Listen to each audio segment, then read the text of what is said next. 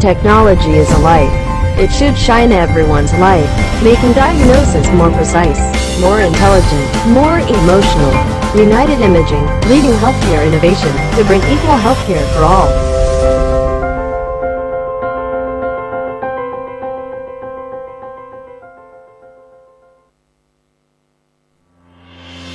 Applying these technologies in a collaborative development process with leading physicians, we are expanding into treatment areas throughout the body, including the brain, the abdomen, and the peripheral regions. Our passion in everything is to help support more minimally invasive treatments.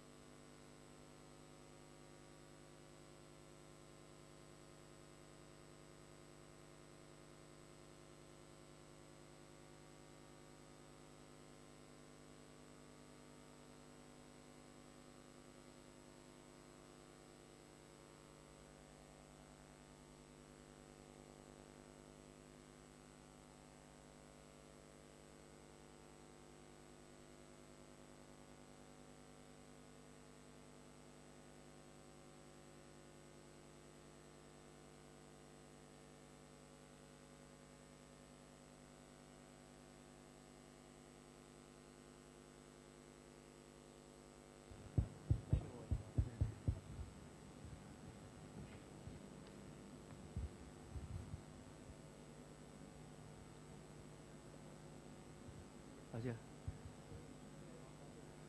Sao có... Okay. Good afternoon, good morning. Because in Vietnam now it's the afternoon, and in France it's morning, right?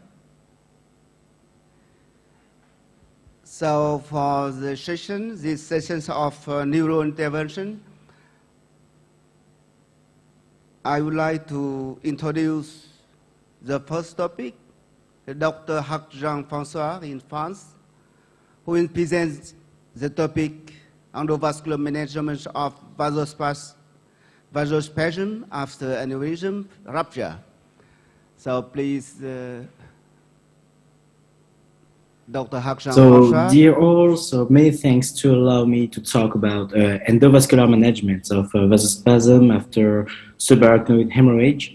So, my name is Jean-François Hac. I am a senior physician in the Neurology department in Marseille, in France. So, I have no conflict of interest to declare. So, what do we know about cerebral vasospasm? It is known that aneurysmal subarachnoid hemorrhage, SAH, accounts for less than 5% of all strokes. But patients' outcomes remains poor, with the mortality rates up to 45% and a significant morbidity among survivors.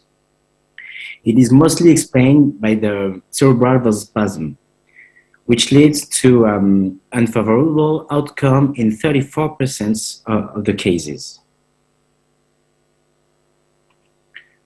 So some definitions which will be used all along this communication: the severe refractory CVS, cerebral vasospasm, and the delayed cerebral infection. So about the CVS, it corresponds to, it happens despite the best medical treatment, and it corresponds to clinical data, digital subtraction and geography data, and ultrasound data. About clinical data, it corresponds to a persistent or worsening deficits. For the DSA data, it corresponds to a worsening of the narrowing. And for ultrasound data, it corresponds to abnormal transcranial Doppler velocities.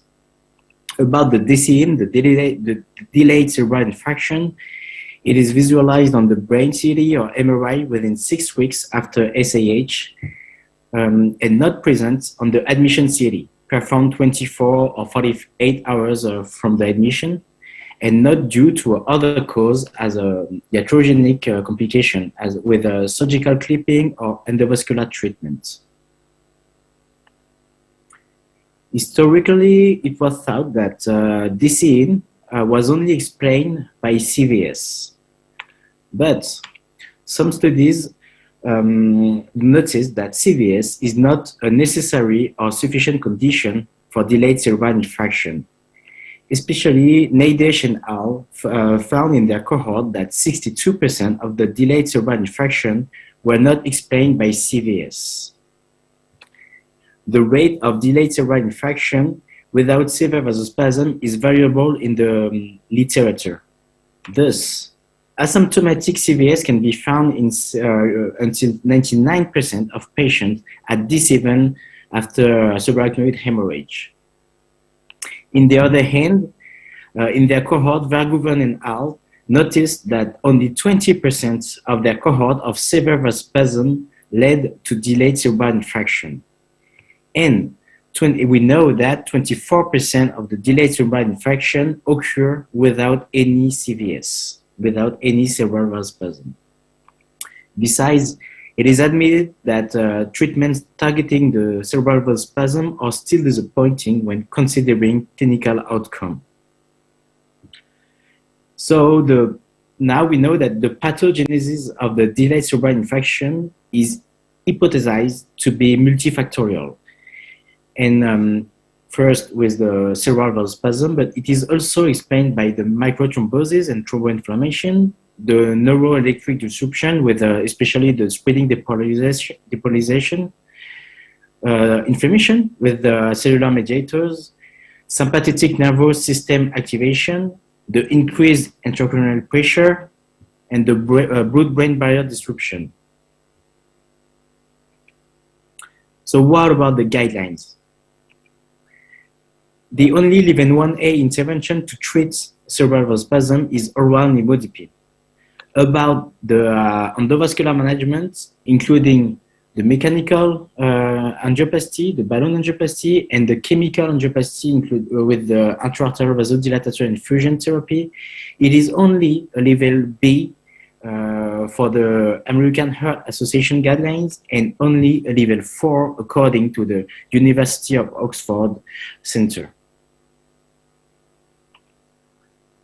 Recently, Grégoire Boulouis realized meta-analysis with 62 studies, including 9,000 patients, comparing endovascular management versus the best medical treatments, and data revealed that refractory cerebral vasospasm patients treated using endovascular interventions have lower relative risk ratio of unfavorable outcome with a relative risk ratio of 0.68.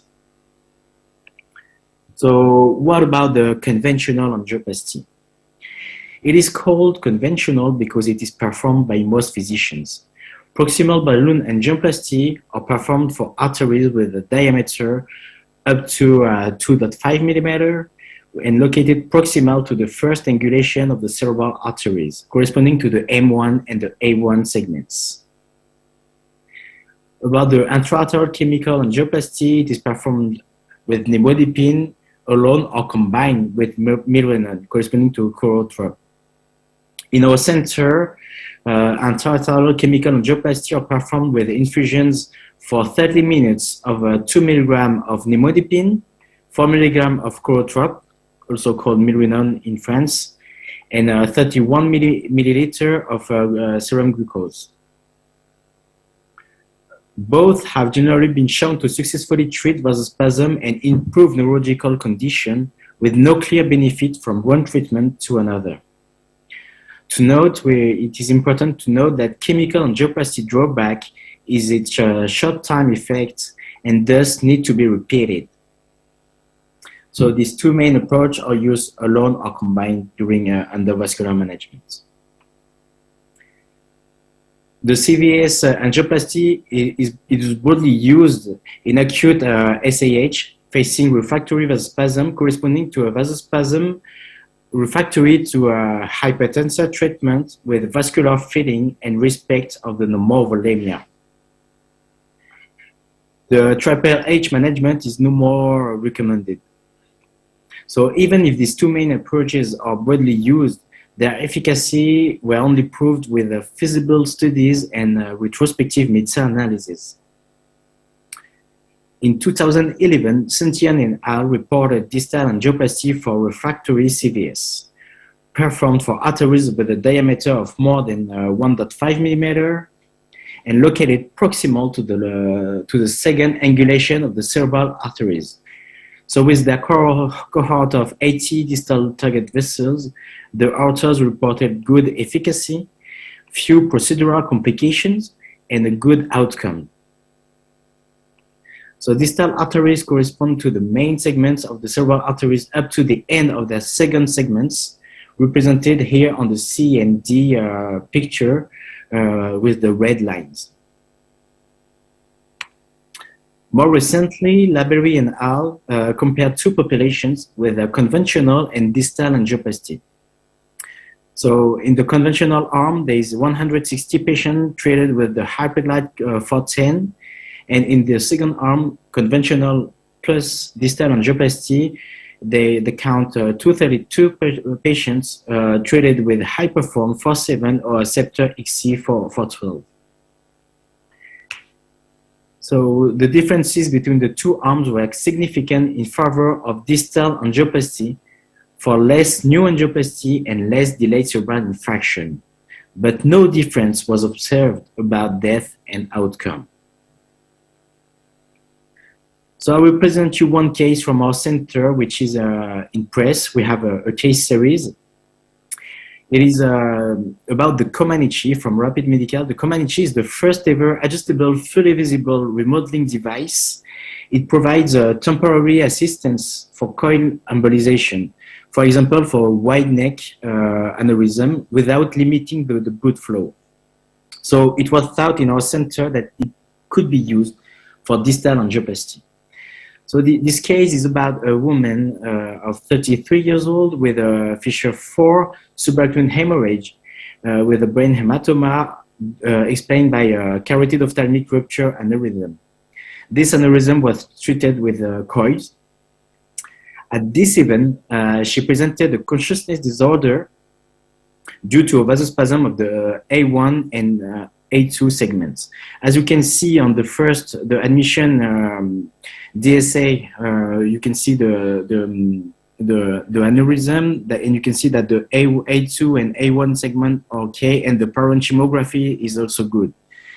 At this event, you can see that the parenchymography is lacking, and you can see that there is a severe vasospasm of the A1, A2 segments. With a zoom, you can see this clearly. So we deployed a Comaneci in place, and as you can see, the parenchymography came back to normal, and as you can see, the caliber, the diameter of the target vessels also was better. These are perfusion map of the mean transient time of CT perfusion before angioplasty and after angioplasty. You can see that the territories corresponding to the ACA segment, the anterocerebral artery segment, is very slow before angioplasty, and after angioplasty, it comes back to normal. About the follow-up MRI at day 26, it doesn't show any sign of delayed cerebral infarction in the ACA, in the left ACA segment. You can see the hematoma, which was known at admission, not corresponding to the scene. So now I will talk to you about a national survey, a recent one, which is also in press, about neurointensive care, neuroanesthesia, and endovascular management of CVS. So it is a national survey from France performed by a trainee-led research network of anesthesia and neuroradiologists, the GENI and the SFARGEN. So why did we perform this survey? We performed it because there are no guidelines updates since 2012. And there's a lack of consensus regarding management of neuro-ICU, neuroanesthesia, and endovascular management. So all the cities of France were performing interventional procedures answered fully to the survey, corresponding to 29 cities. So what about cities? Cities indication it was systematically performed for 44% of the cities, of the centers, but most of the centers answered that this computed tomography was performed only if there is any cerebral vasospasm suspicion. This suspicion was based on clinical data and abnormal ultrasound Doppler. About the protocol, most of the centers answered that they performed a brain CT with no contrast, with a CTA on the arterial time and a perfusion CT. 20% of the centers answered that they only performed a non-contrast CT with a CTA, without perfusion CT. The multi-phase CT protocol was not used in this survey. 3 centers reported that they got spectral CT, but didn't use it in the diagnostic of CVS. What about the CT semiology for refractory CVS diagnostic? The narrowing of the arterial branch was described with the subjective quantitative scale: 25% of narrowing, 50% of narrowing, 75% for 24% of the centers. But most of the centers didn't use any quantitative scale to assess the narrowing. About the perfusion map, most of the centers use the mean transient time, 56%, and only 42% use the Tmax and the CBF. What about the mean blood pressure target? In prevention and in post-intervention, the mean blood pressure target was for most of the centers between 100 and 120 millimeter of mercury. And it is important to notice that the mean blood pressure target was not clearly defined in the department for 26 centers. During the endovascular management, for most of the center, the mean blood pressure target was between 100 and 120 millimeter of mercury, and it was not clearly defined in their department for 19% of the centers. So about angioplasty and the conventional one, most of the centers answered that they performed only a chemical one, and the mechanical one was discussed on a case-by-case basis. 23% of the centers answered that they systematically perform a mechanical with chemical angioplasty, and 23% responded that they performed a mechanical alone and a chemical one only on a case-by-case basis. For the distal angioplasty, only 19% of the centers in France responded that they performed it on a case-by-case basis also. So about chemical angioplasty, most of the centers used a mixture of nimodipine and chorotrop, 59% of the centers. 18% of the centers used the nimodipine alone, which is, 15% of the centers used chorotrop alone. To infuse the drugs, syringe pump was used for most of the centers. 15% of the centers used a manual infusion, and 4% of the center use pressure infuser. About mechanical angioplasty, a non-compliant balloon was used for 30% of the centers, but most of the centers used a compliant balloon. Only 22% of the centers used a stent to treat angioplasty, to perform a mechanical angioplasty. So about anesthesia, general anesthesia was performed for 54% of the centers, and if the patient was conscious, a conscious sedation was performed for 12% of the centers, and local anesthesia for 15%. A case-by-case was discussed about the anesthetic modalities for 35% of the cases, of the centers, sorry. Anticoagulation during angioplasty was systematically performed for 42% of the answers, on a case-by-case basis for 23%, and never for 35%.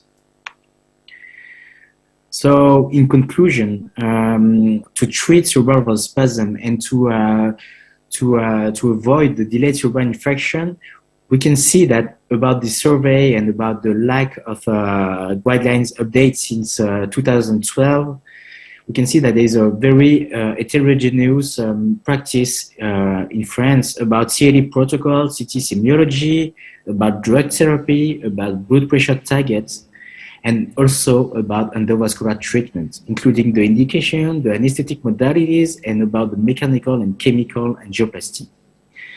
So we have for now to make do with the non-update recommendations and to perform, I think, conventional angioplasty, including the mechanical and chemical angioplasty to treat the vasospasm based on the perfusion CT. So thank you for your attention. Thank you, Dr. Jean-François, for the nice lecture. We will have discussions at the end of the session.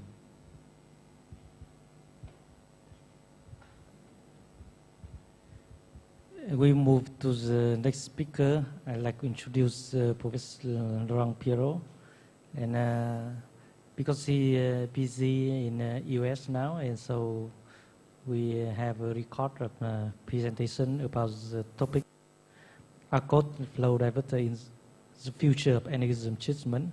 Professor Laurent Pierrot is come from the Reims University Hospital. Please.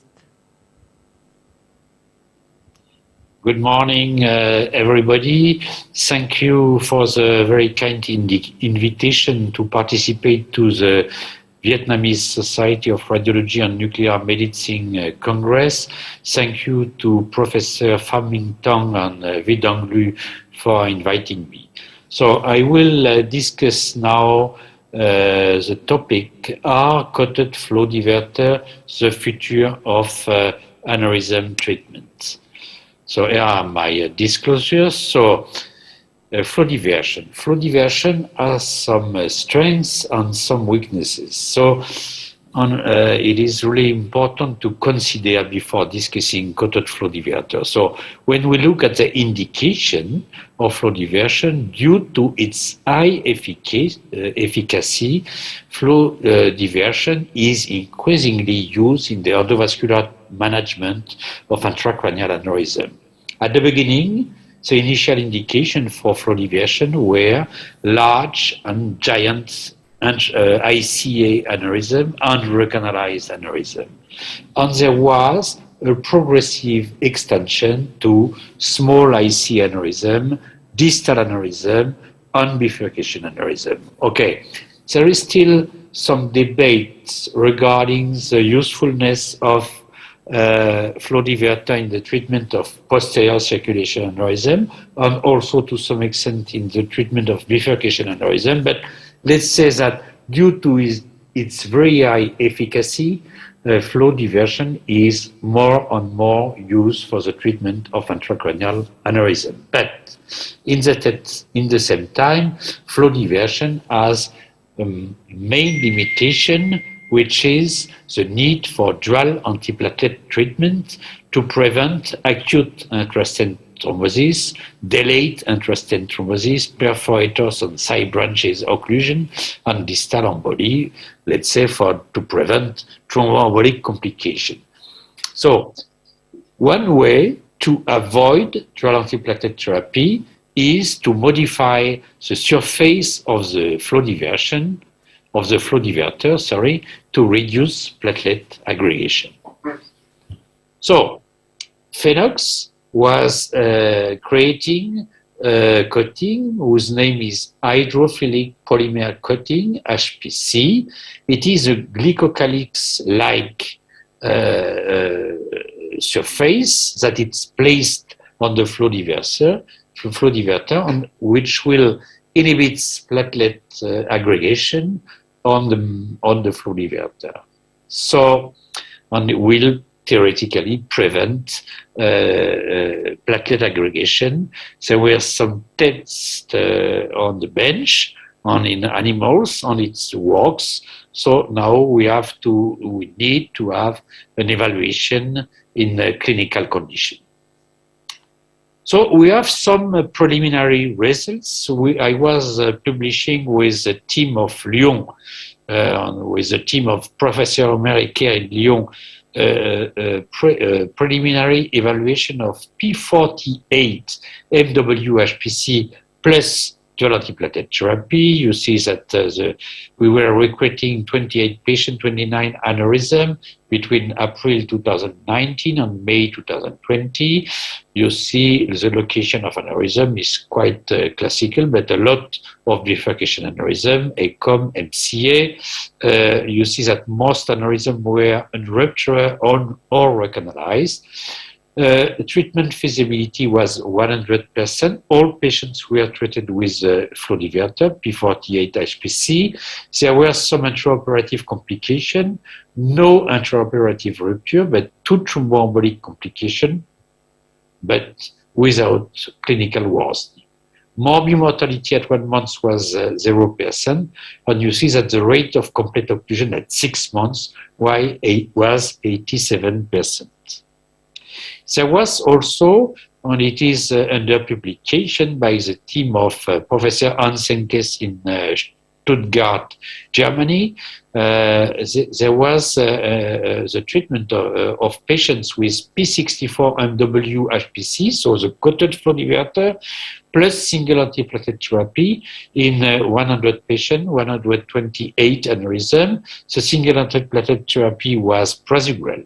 There was a technical success in 100%. The rate of complete or near complete aneurysm occlusion at 4 months was 75%, at 9 months 88%, and there was no morbidity or no mortality.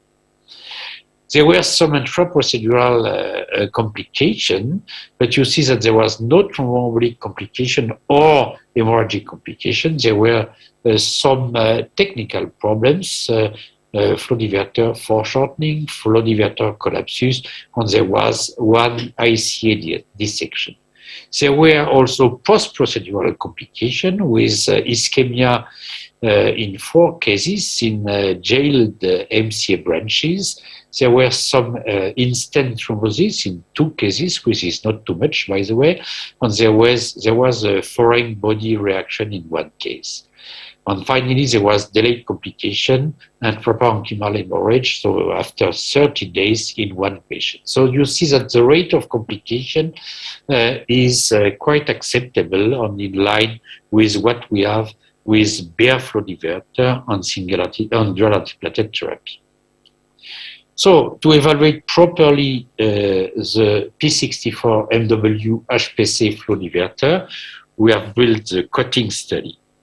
So cutting is a study, is cutting to optimize aneurysm treatment in the new flow diverter generation.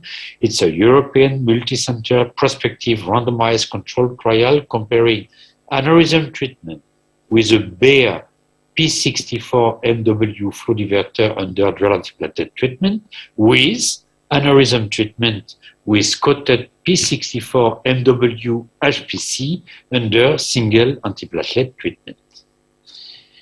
So the study design, the primary objective is to assess the safety and the efficacy of P64 MW HPC under single antiplatelet treatment compared to P64 MW bare under dual antiplatelet therapy in patients with unruptured or recanalized aneurysm. The primary hypothesis is that the treatment with coated flow diverter under single antiplatelet treatment is non-inferior to the treatment with a bare flow diverter under dual antiplatelet treatment. And the secondary hypothesis, and we can do that because we have an adaptive design of the study, is that the use of coated flow diverter P64 MW HPC under single antiplatelet treatment is superior to the use of P64 MW bare under dual antiplatelet treatment. The primary study endpoint is quite original. It is based on the evaluation of thromboembolic complication with diffusion-weighted imaging, as I said, 48 hours after the index procedure using MRI. So I just show you an example of that. You see it's a ruptured ecom aneurysm treated in 2010, recanalization, treatment with additional coils and P48 MW HPC 3x15, final result at the end of the procedure. And you see, we always do MRI after the procedure to depict these small spots which are the witness of some small thromboembolic complications. So it's what we are looking for in cutting study. So we have a lot of secondary study endpoints in terms of safety, indeed, morbid mortality, the rate of neurological death or major stroke, 6 months and 1 year after the procedure, etc., etc. Very usual secondary endpoint for a flow diversion study.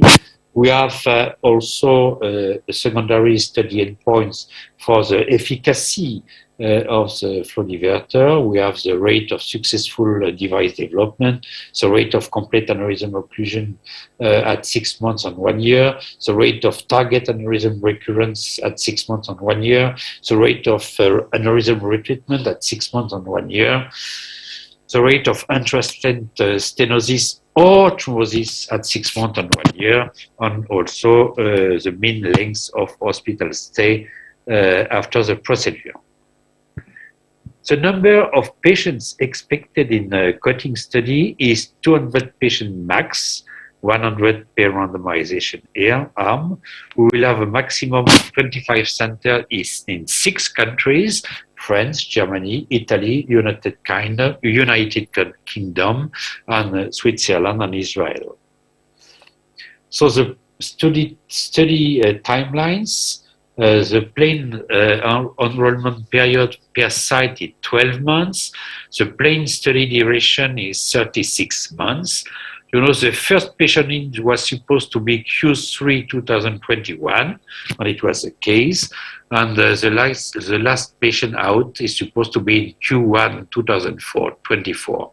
So there will be an interim report at Q3 2022 after 50% enrollment. And enrollment effectively started in August 2021 in France, in my center, by the way. So inclusion-exclusion criteria, okay, the study is dedicated to saccular, unruptured or recanalized intracranial aneurysm. In case of ruptured aneurysm, you can include the patient if, you know, the rupture occurred more than 30 days before the index procedure. The patient is intended to be treated for only one target aneurysm, except for segmental disease. Segmental disease is when you have several aneurysms on the same arterial segment. Indeed, we have some inclusion criteria regarding the size of the parent artery, which has to be between 1.5 and 5 millimeter. We have also, we need indeed to have a written informed consent, and we only include patients with a clinical good shape, with a good clinical shape before the procedure, with the MRS inferior or equal to 2. Exclusion criteria. One important exclusion criteria is that patients who are currently under long-lasting antiplatelet or anticoagulation medication are excluded because it can change the results.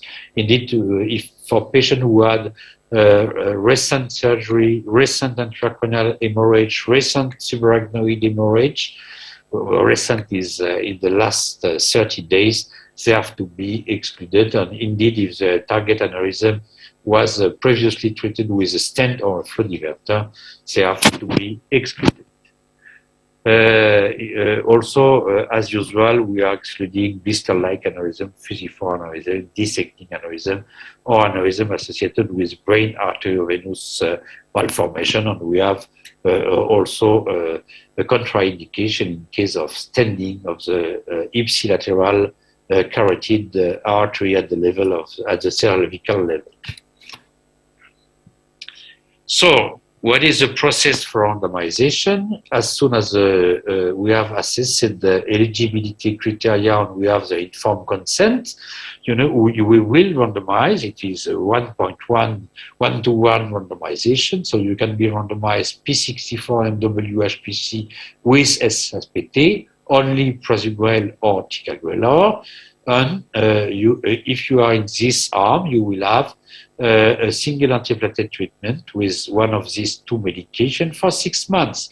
And thereafter, you will stop the medication after 6 months, and you will continue with aspirin. In the second arm, P64MW, we will use DAPT, dual antiplatelet treatment, prasugrel or ticagrelor plus aspirin.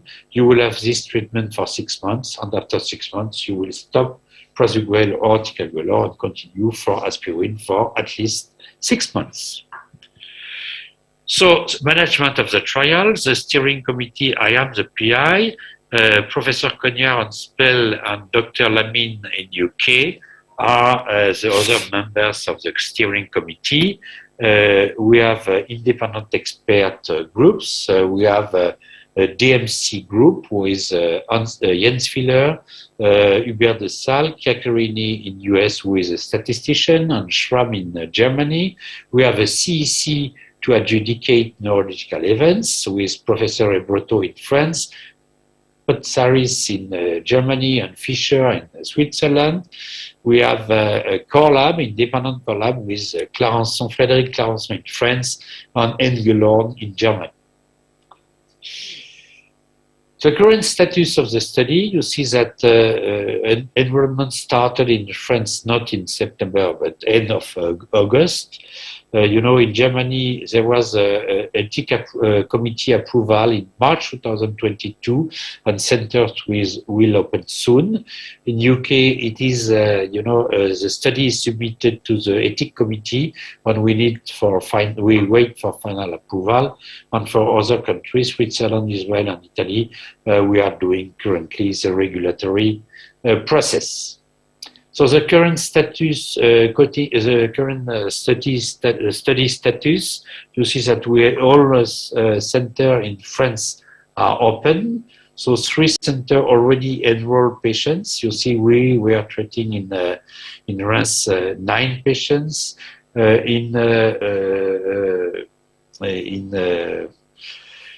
In Lyon, there were 9 patients also included, but only 4 treated already. And in VSIR in Paris, there were 8 patients with 3 patients already treated.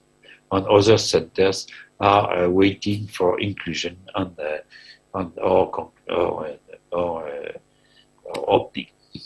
So here you see the enrollment status in comparison with the forecast, and you see that we exactly follow the line of expected inclusion. So in conclusion, flow diversion was of the major endovascular treatment for the management of unruptured and recognized aneurysm due to its high efficacy. Surface modification of flow diverter will potentially decrease platelet aggregation and thromboembolic complication and permit to use SRPT. Surface modification will potentially permit the treatment of ruptured aneurysm. So cutting is the first multi-center RCT comparing bare flow diverter plus dual antiplatelet treatment with coated flow diverter, P64 MWHPC with single antiplatelet therapy. Thank you for your attention.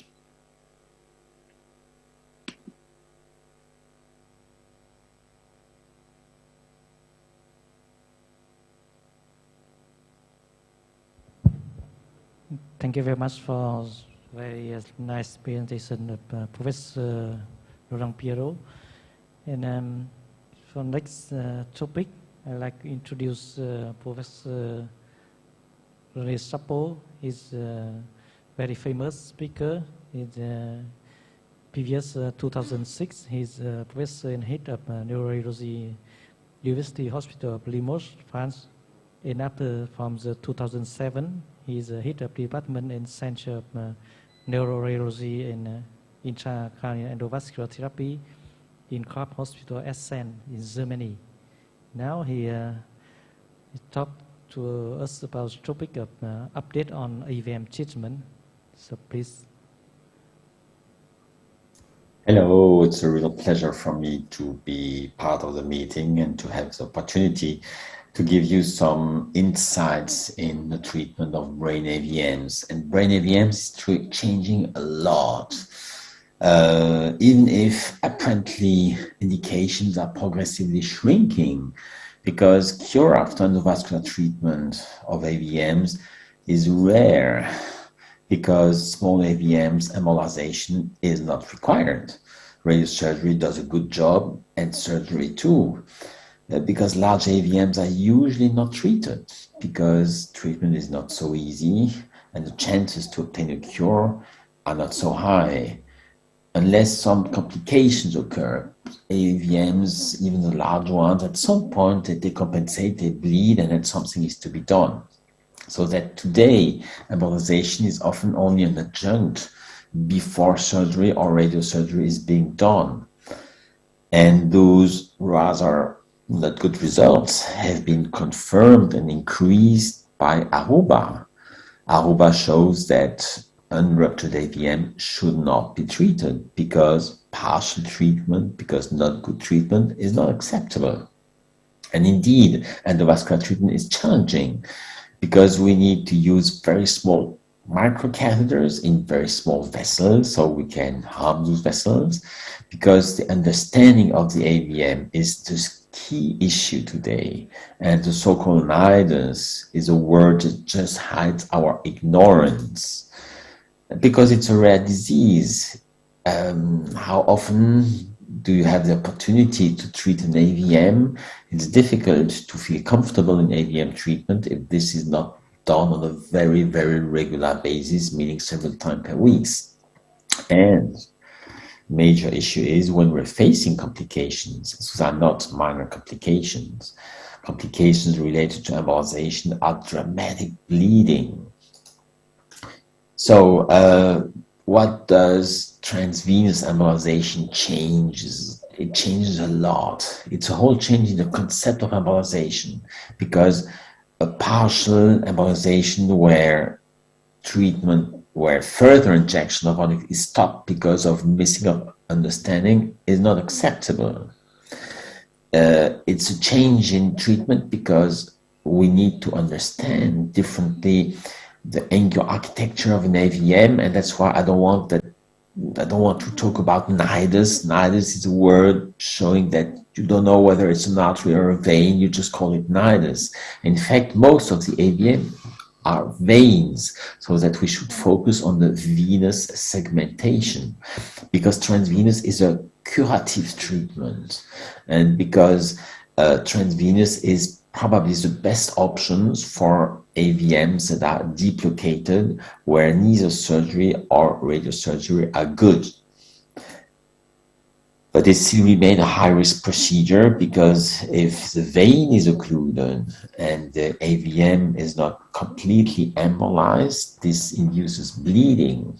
And the fact to start to occlude the vein is something that prevents to see the rest of the AVM, which is then a major issue to be able to recognize if something is there.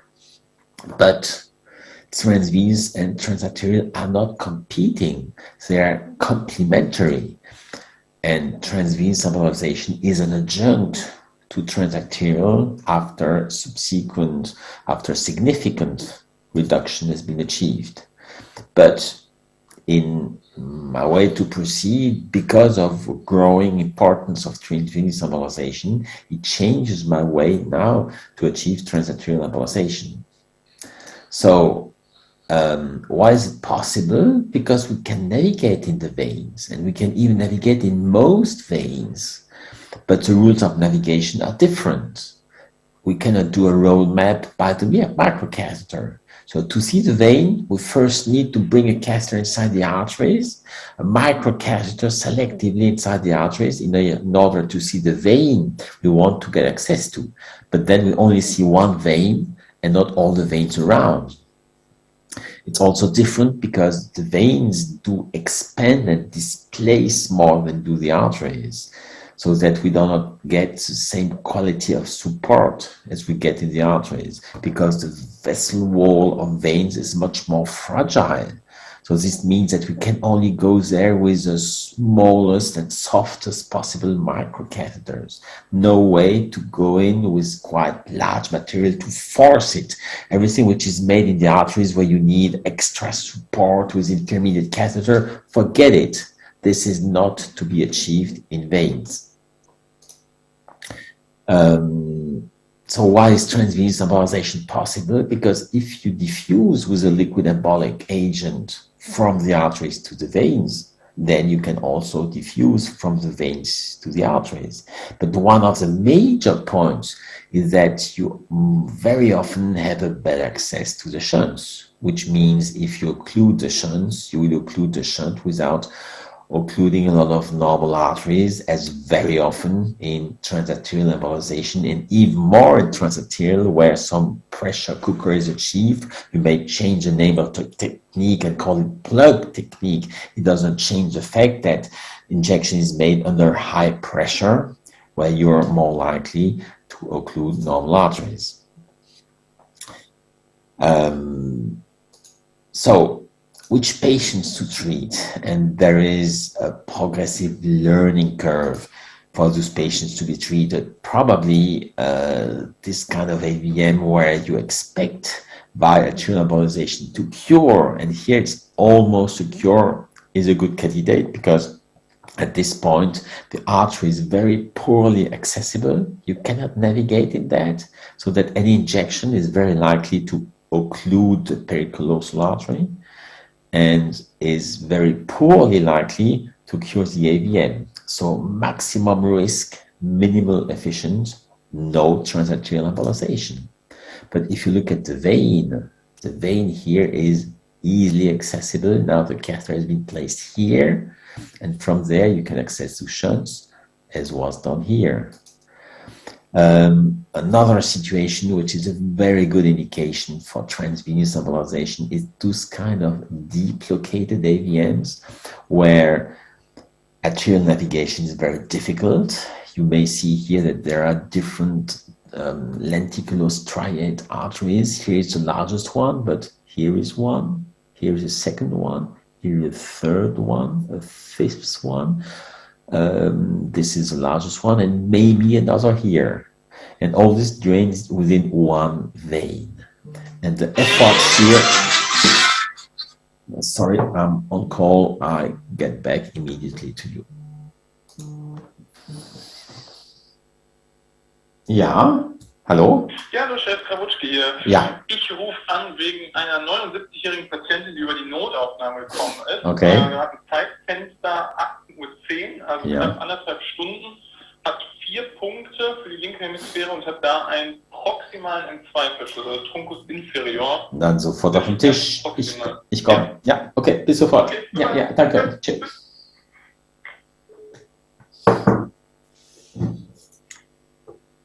Okay, so we continue. Here is this deep AVM, which is difficult to access, where from the arteries, where we still manage with many efforts to go here through this artery, requiring a balloon, requiring a magic. This took more than 1 hour. We finally got this point, but even if we reach here, are we sure that from here we're going to occlude all the shunts? Are we sure that we don't block the vein without accessing to the other arteries? And this is why we navigated here a catheter through the veins, which was much more easy and less dangerous than navigation through the artery. And now the venous catheter is in place. And now some coils have been injected, some flow coils in the veins. And now we started to inject through the artery with acrylic glue. And we tried to continue, but we had reflux, we had to stop. And at this point, you still see that some arteries are patent. So what is going to happen now? Either the vein is blocked, and this may induce bleeding, or the artery thrombosis. You don't know. And if it goes into the wrong way, inducing a bleeding, this would be a nightmare in these patients. But if you have the catheter in place, we injected here a couple of drops of onyx, enabling to cure immediately. So nowadays, those kind of patients are only treated by the vein and not by the arteries. So definitely, venous access is here an additional security, and it very often appears to be like this. So which are the best candidates to be treated? Obviously deep AVMs where there is a difficult arterial navigation but an easy venous access, where the ischemic risk related to arterial injection is high, where then transvenous embolization carries a much lower ischemic risk, and where the expected cure rate by transarterial embolization is not so high. And in all those patients, a venous access is definitely to be preferred. Now an AVM, which is here located at the medial part of the temporal lobe, in the ambient cistern close to the posterior cerebral artery. And if you look selectively here, you only see en passant feeders alongside here the PCA, so that there is no way to access to the AVM. But look at the vein here.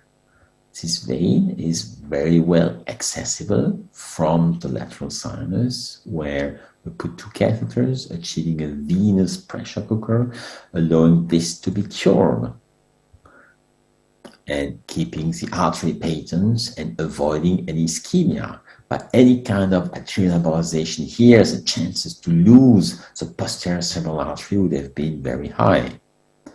So the small size of an AVM, it reduces the risk, because if you've got a small size AVM, there are less AV shunts to be treated. And whenever you occlude the vein, you must get sure that all shunts are occluded. And even if the smaller AVMs have quite often a vein which is not so large, so that navigation is not so easy, whenever the vein starts to be very large, you can expect a large amount of shunts and a potentially higher risk. That's why if you begin with transvenous, please keep it to small AVMs. So let's focus on the nidus. Nidus is something which everybody talks about when considering AVMs, which is something here where the level of understanding today is very low, because none of these drawings, this one or this one or this one, explain somehow what's going on. Or this one here, we see one red vessel that gets blue. But does it explain here how the vessels come together? The answer is unfortunately no. So nidus is just a word hiding our ignorance. And the fact to do a partial transarterial embolization does not help, because if we reduce partially an AVM, which would be this here, we don't understand more. So by using the arterial pressure cooker, somehow we understand already a little more. Here we've got a small catheter, a very important flow. So when we look at these pictures, we just can say, here is a large vessel, here is a large vein, and there are numerous shunts, or there is a macro shunt. We're afraid, and we will take high concentrated glue. But if we make a plug here with these two acrylic coils, what we call the pressure cooker, which we're using since 10 years, when we do this, and if we reduce the flow, we realize that there are 1, 2, 3 very tortuous arteries arriving in this vein. And suddenly it becomes highly understandable. You can follow each of those arteries within the different loops. You can even draw them. And this is already a way to understand better. But definitely the transvenous injection has been the important way to understand how the venous segmentation is. And this ruptured AVM in the brainstem is absolutely not understandable. Even if you do here a rotational angiogram, you just see somehow a vein in the middle and you don't see more. But if you navigate with a catheter in the vein, that was here, that took a lot of efforts, because always getting through the cavernous sinus is not easy. And now we can see the venous filling of the AVM. And if you follow this venous filling here, you can see the main vein, and the main vein receives some primary veins. And here are the primary vein, here is another one, here is a third one. And the more we proceed, the more we can understand the ways segmentation is being achieved. So that we can draw this, and this is how I would consider AVMs are, with a main vein and primary veins arriving in this venous segmentation with lots of arteries around, which you can draw in another way. So if you compare AVMs to trees, according to the type of venous angioarchitecture, you may look at this vein here. This AVM with the different veins would rather look like this tree, or this kind of AVM here with a single vein and many primary veins all around, which would rather look like a pine tree, or these patients here with both primary veins arriving here, that would rather look like this kind of tree. So this allows us to progressively introduce a stage venous embolization where we just focus on primary veins, isolately occluding the veins, occluding AVM step by step. But this, of course, requires an analysis and understanding of the venous segmentation.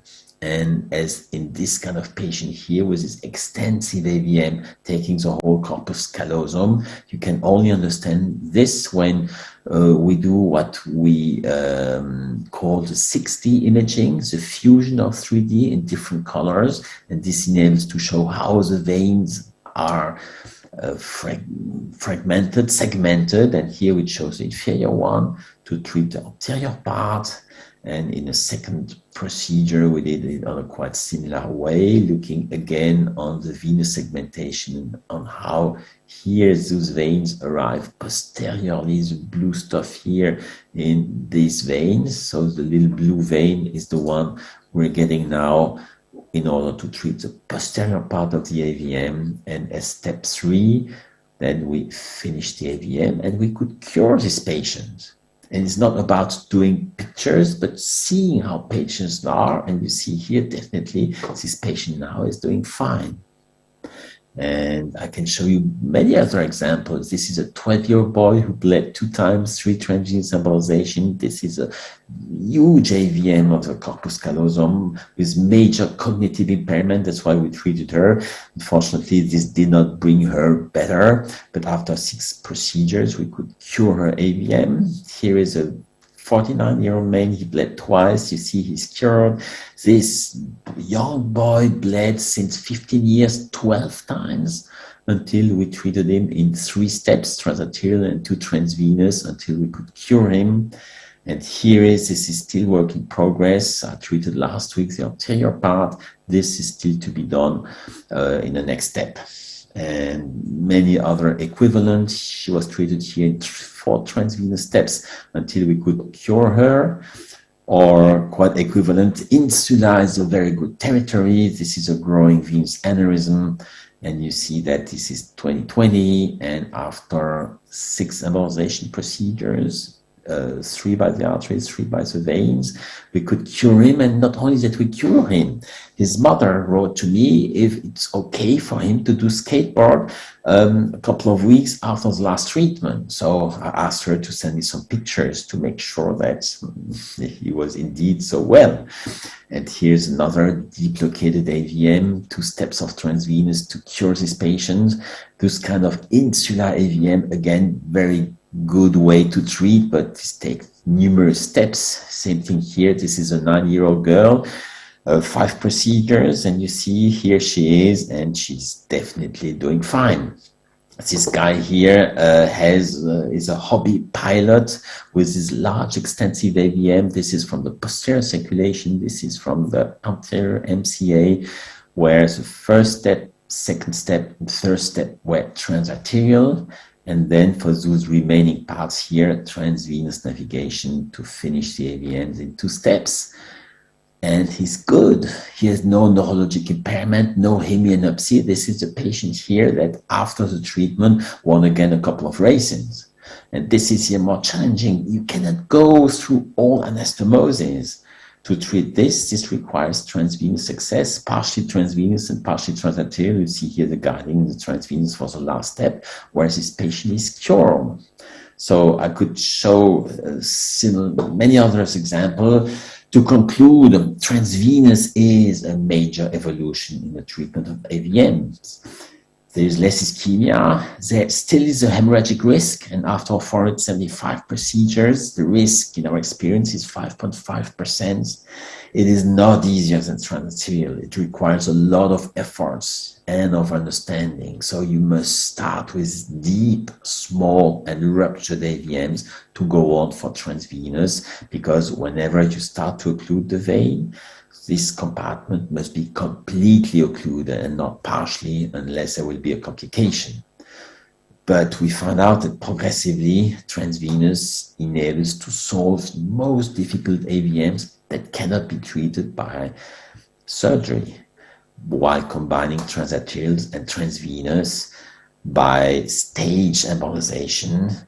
But this treatment requires a high level of dedication, because those treatments are associated with a higher risk. And now I'm done with the lecture. Thank you very much.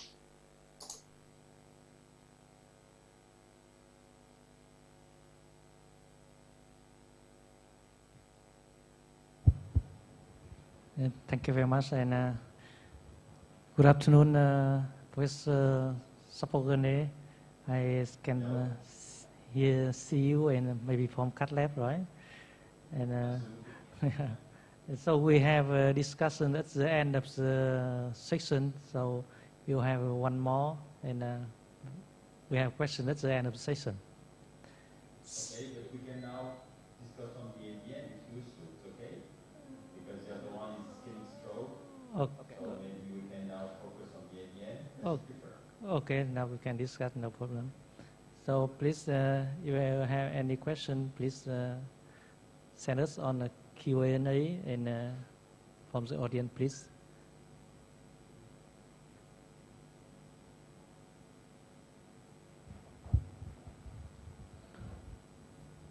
Professor Hane, Shabuhane, I have a question to you. Any question? No, okay. I have a question to you. Now, and how about the place of hydrosurgery and neurosurgery?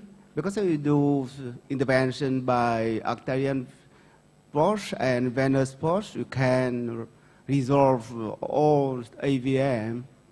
So how about the place of neurosurgery and radiosurgery? Okay, I think this is a work in progress, so it's difficult to know precisely which part. There are certainly some AVMs that are accessible to each treatment, where surgery is very good, where embolization or radiosurgery work very well.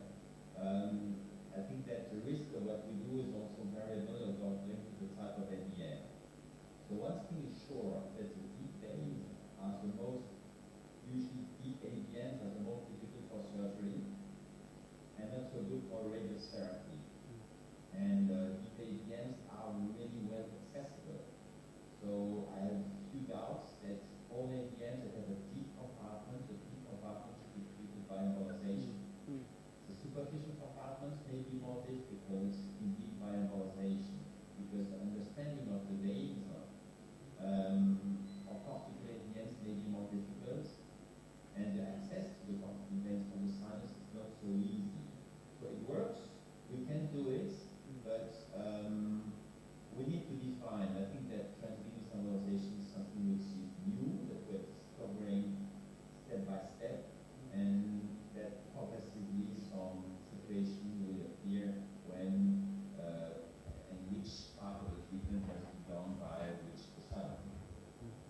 But still, it's amazing to see that for many years embolization has been a palliative treatment, reducing AVMs and not curing the problem, and thanks to transvenous, we become, how should I say, a full part treatment, not only partial, but curing the AVM. And if we can have solutions for very ugly AVMs, I mean, the deep AVMs, they are just not treated, and look, I'm not excited to treat that too, but at some point, they come because they're bleeding and there's no solution, and it's amazing to see that some solutions are possible. Okay, thank you. Question? Do you have a question from floor? Because the AVM treatment is very sensitive. Because after Aruba, many clinical neurologists don't want to treat the AVM except hemorrhage, AVM hemorrhage, but non-hemorrhage AVM, they want to follow up, not treatment. And how about the risk of rupture of AVM, unruptured AVM, but follow up for how long the risk of it? I do treat unruptured AVMs because I don't think that the debate can only focus on the point whether AVM ruptured or not. This is an argument for treatment, but there are many others. If you see aneurysms that are growing, if you see patients that they get functionally impaired, these are arguments to treat. I think that Aruba has still one positive point, which is the fact that each AVM does not need to be treated just because there is an AVM. An AVM is also not something that can be treated just because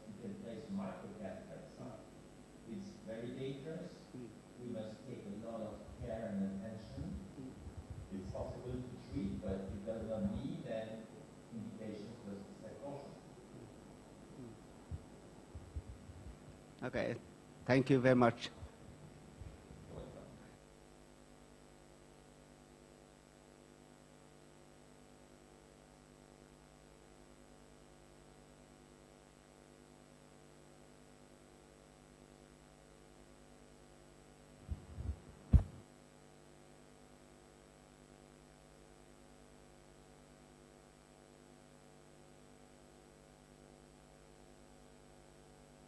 Okay, it's okay.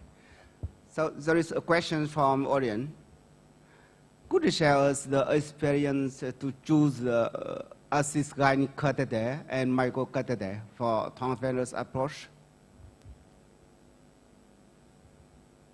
What do you mean is assist gynae?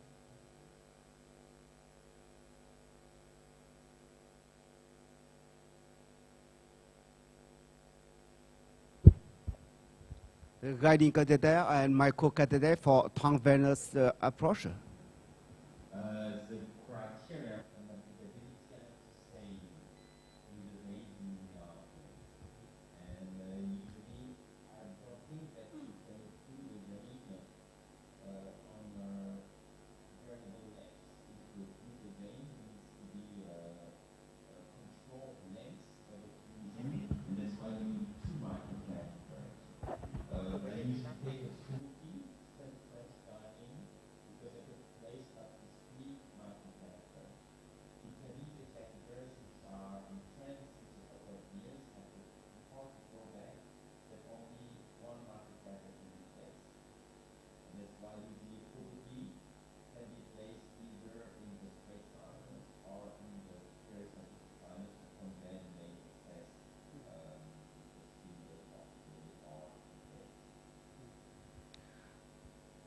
Okay, there is another question. Do we use balloon assisted catheter for reduce the flow, for reflex the flow when you inject? No.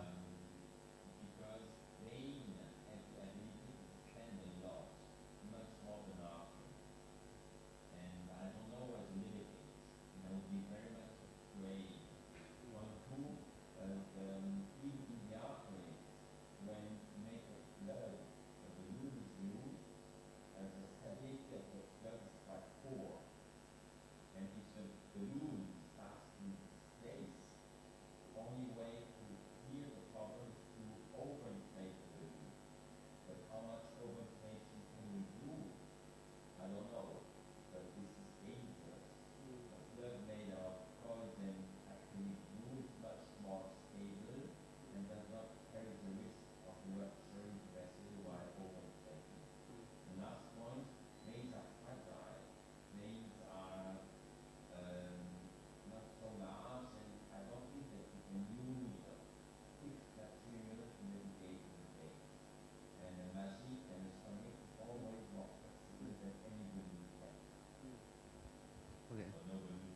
No balloon. No balloon. No. Thank you very much. Other question?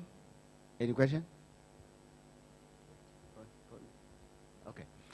Okay, thank you very much, Professor Sapuhane, for your excellent presentation.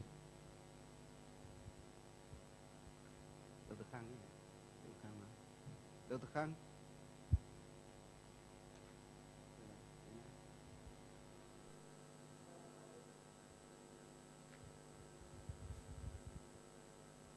The next topic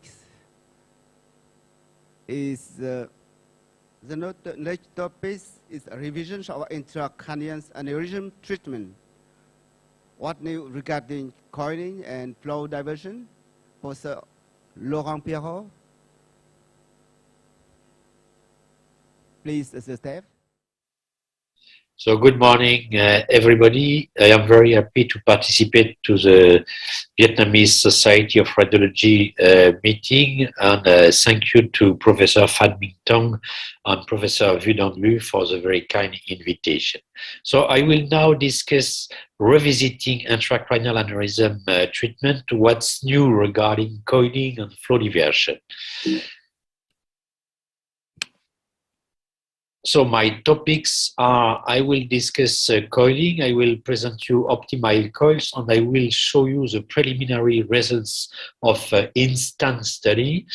I will also show you flow diversion and with what we can do with the Silk Vista and Silk Vista baby flow diverter from BALT. And I will show you some clinical experience we have with this flow diverter. So, coiling, optimal coils, instant study. So, what is the current place of coiling in the aneurysm treatment? So, I show you here the results of ARETA study conducted in France regarding the modalities of endovascular treatment according to aneurysm status. You see that for ruptured aneurysm, coiling alone or balloon-assisted coiling was used for ruptured aneurysm in 98% of cases, which is not a surprise.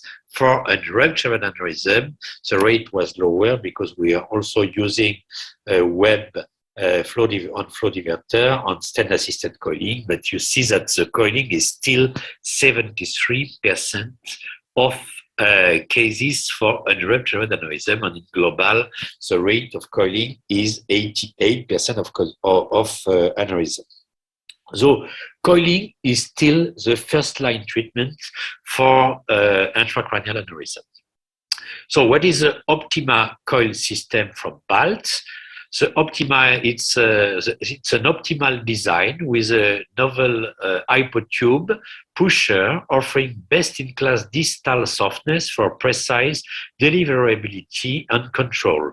And really, we in our department is our first-line coil, and let's say that we exclusively or mostly use this coil, and it's a very good coil. So detachment is in an instant with thermal detachment. It means that you press the button and the coil is detached. Implant with optimized softness profile and increased size offering, which is good. You have a lot of sizes, so you can really select your coil for the treatment of intracranial aneurysm. I show you some example here. Ruptured decom, you see the bleeding here, you see the aneurysm here, you see the placement of the coil, you see the aneurysm here, you see the placement of the coil in the aneurysm, 5 optimal coils, it is the final control angiogram, and it is a 12 months control angiogram showing complete aneurysm occlusion. Here, another example, ruptured MCA treated by clipping. You see the clipping, the clip is here, and the surgical way is here.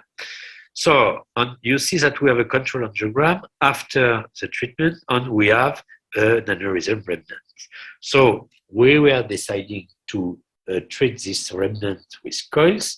So we were using at the beginning a non-optimal coil, a coil from another company, and it was not possible to place the coil in the aneurysm sac. You know precisely that it's difficult to treat a clipped aneurysm because the clip is very rigid, and the coil is pushed outside the aneurysm sac. So we were using an optimal coil. We were able to place an optimal coil, and it's a final result showing complete aneurysm occlusion, and it's a 12 months control angiogram showing complete aneurysm occlusion. Instant study, what is it? I am the PI, the sponsor is BALT indeed. The device used in this study is the Optima coil system. The study design is a non-interventional prospective single-arm international multi-center study. The sample size is 300 patients, and it was conducted in 7 countries with 19 centers active in Europe. The objective was to evaluate the morbidity and mortality, global indeed, related to the Optima coil system at 30 days and 12 months post-procedure, to evaluate also the occlusion rate at 12 months, and to evaluate some technical features, specifically for the detachment system of the Optima coils. There are some committees. The core lab, there is an independent core lab who is Professor Phil White from Edinburgh in UK, and there is a clinical event committee with Professor Denis Abreteau in Tours, France, and Dr. Anne-Christine Janelle in Toulouse, France. So we have conducted an interim analysis. So recruitment is completed, but not all follow-up are available. So we were conducting an interim analysis with 150 patients having completed the 12 months follow-up. We were evaluating safety and efficacy according to the investigator assessment. So it is a flowchart. I have no time to discuss the flowchart. The population is, the mean age is 55. As usual, more females than male. You see that the rate of hypertension, elevated blood pressure is 40%. Smoking active is encountered in 38% of cases. Most aneurysms were unruptured, 55% of cases, and 44 were ruptured.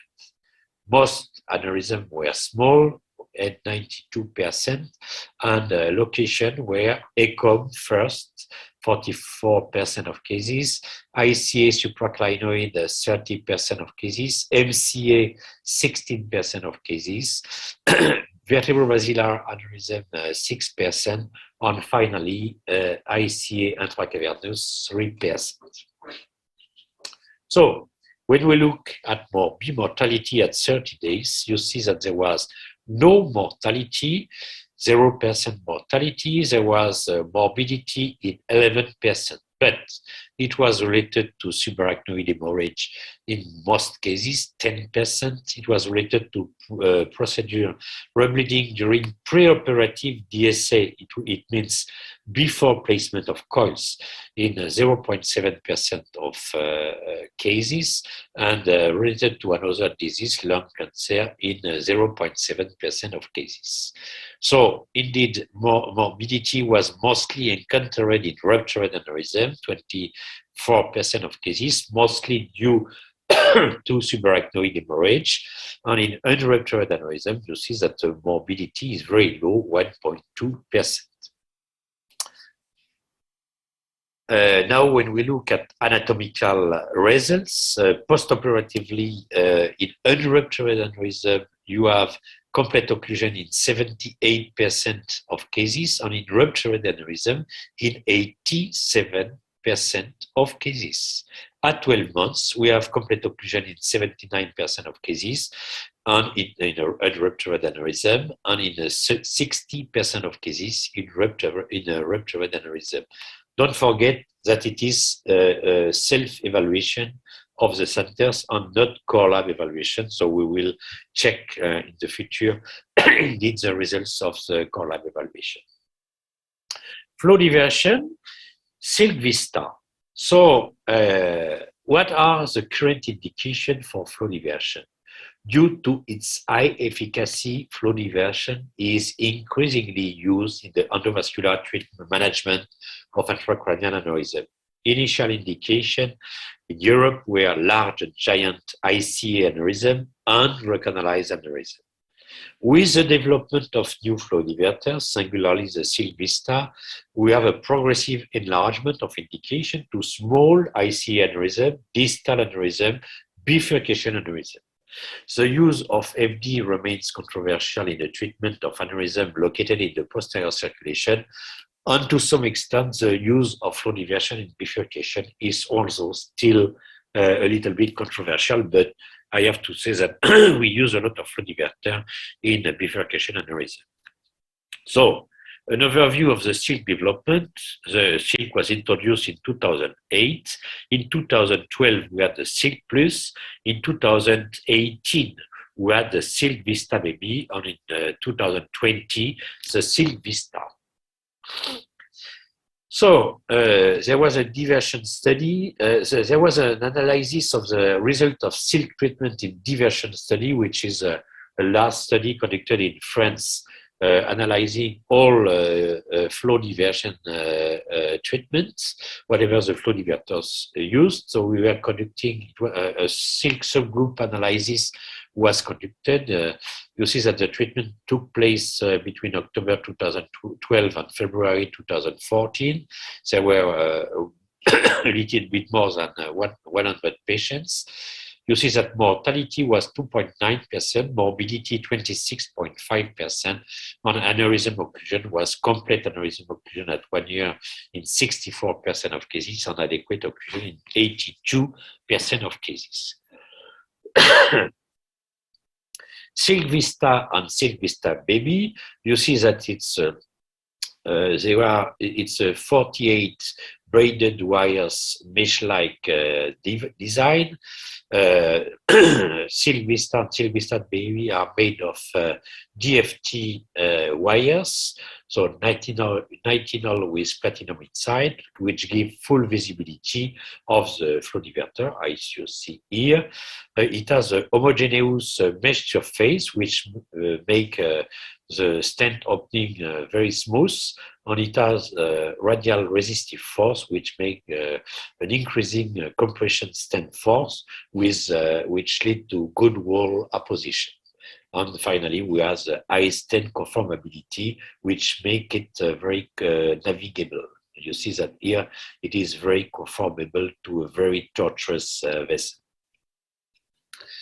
Silk Vista Baby, we have several diameter, 2.25, 2.5, 2.75, 3, 3.25. It is the first and only flow diverter deliverable through the 17 microcatheter.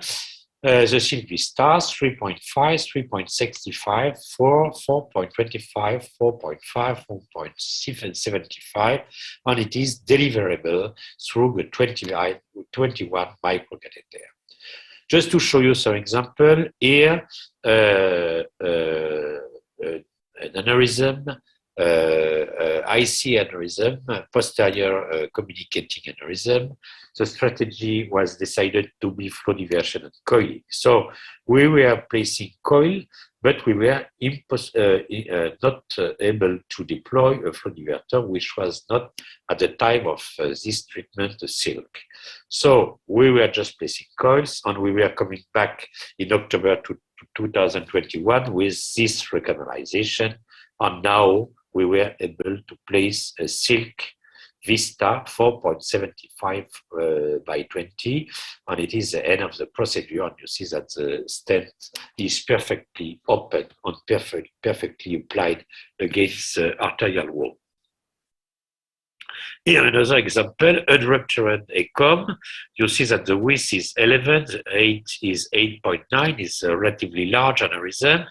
We treat the aneurysm with a Silk Vista Baby 2.75 by 10, and you see here we have also a microcatheter in the aneurysm sac to place coils. You see it's a vasosity after deployment of the web, and after that we will place some coils, and the final control angiogram is complete aneurysm occlusion. Here another example, MC aneurysm with a very wide neck. You see that one branch is more or less coming from the neck, this one. So what we do here, we will place a flow diverter here. So we use a Silk plus 3 by 15, and it is the final result. You see that the postoperative DSA show a good placement of the stent without any stenosis in the stent, and it's a 6-month DSA showing complete aneurysm occlusion. Here, it's a superior cerebellar aneurysm with a wide neck treated with coils in March 2015, recanalization in May 2016, treated with web, recanalization in January 2021, treated with a Silk Vista Baby 3.25 by 15, placed in the left P1 and basilar artery. You see the Silk Vista Baby here, and it's a final control angiogram, and it's a control angiogram 6 months later showing complete aneurysm occlusion.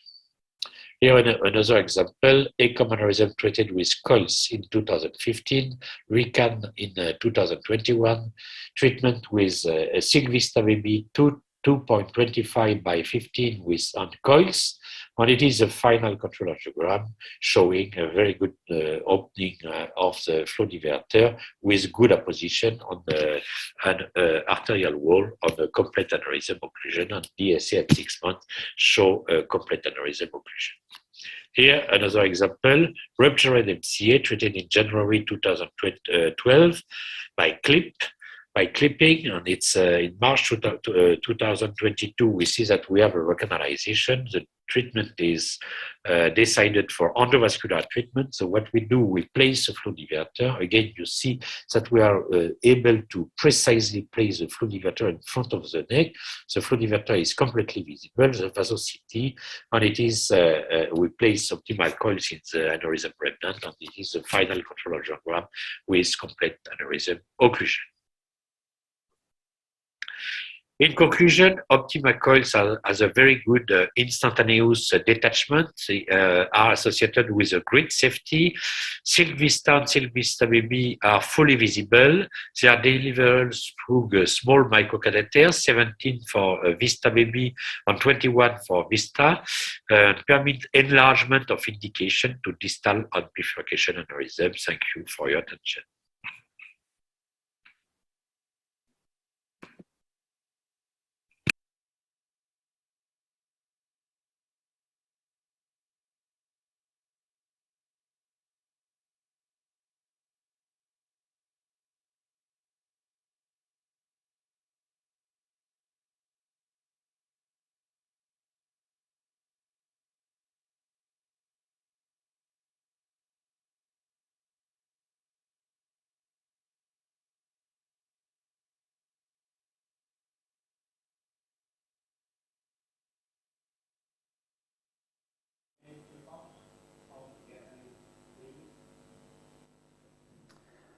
Hello, it's a real pleasure for me to attend the meeting and to be part of the meeting and to report on our experience in the treatment of acute ischemic stroke.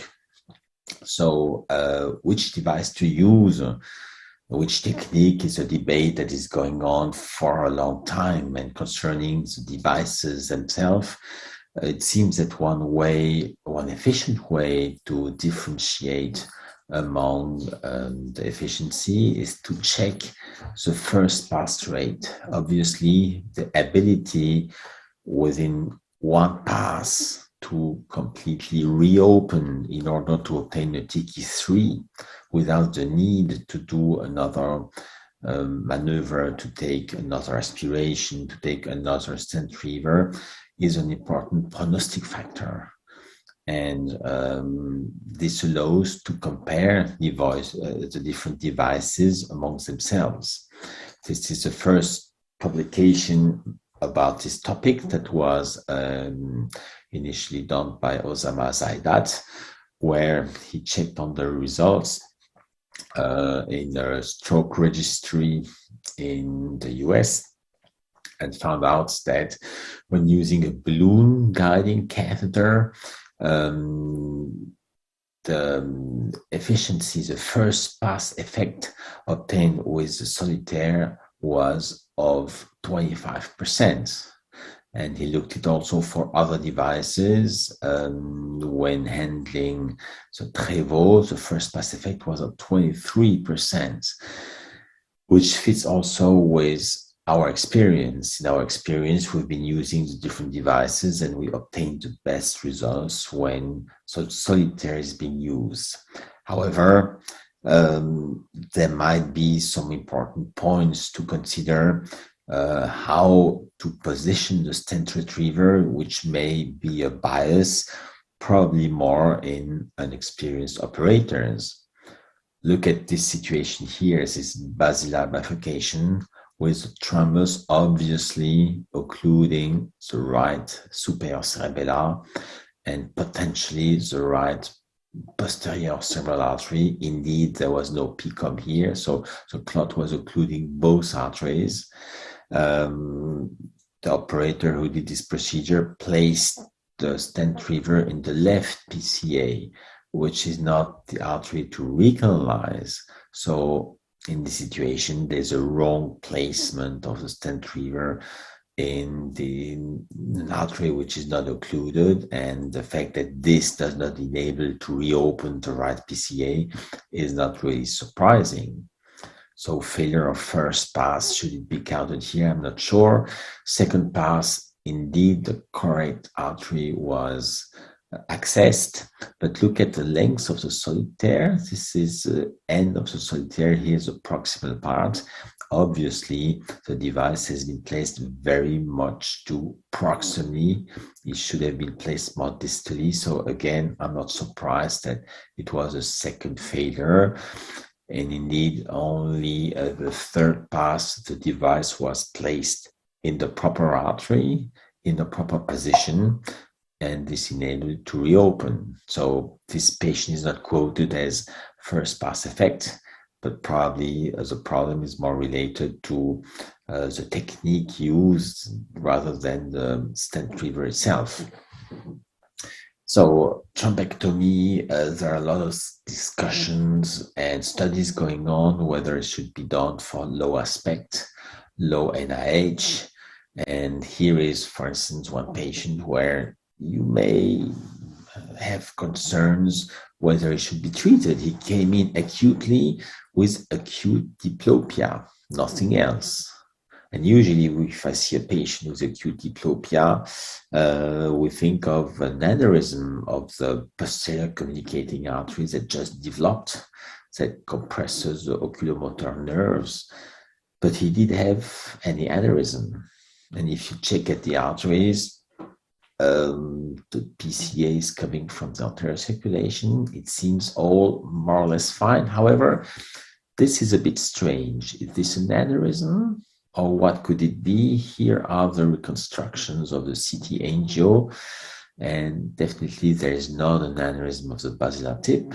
It's a P1 segment, which is distally occluded, and then we diagnosed here a focal occlusion at the P1 segment, where it may be debated whether this patient should be treated or not, but diplopia is very invalidating. And indeed, you see here also that the PCOM is a bit smaller than the PCA. So definitely this PCOM is not being used usually. We placed the stent retriever, retrieved thrombus here, which is not there anymore. And look at the lateral view here of this perforator that reappeared and that was not visible before. This patient had almost no symptoms, but definitely it was a good thing that treatment could be done. One of the other debates that are going on is whether what treatment and which way to proceed if the usual technique fails. And here are examples of procedures that are done with failure, and not only with failure, but these are procedures in the night. And you see that the more we go on, the less enthusiasm there is. Here is the occluded ICA at 11:15. This is the first pass that failed.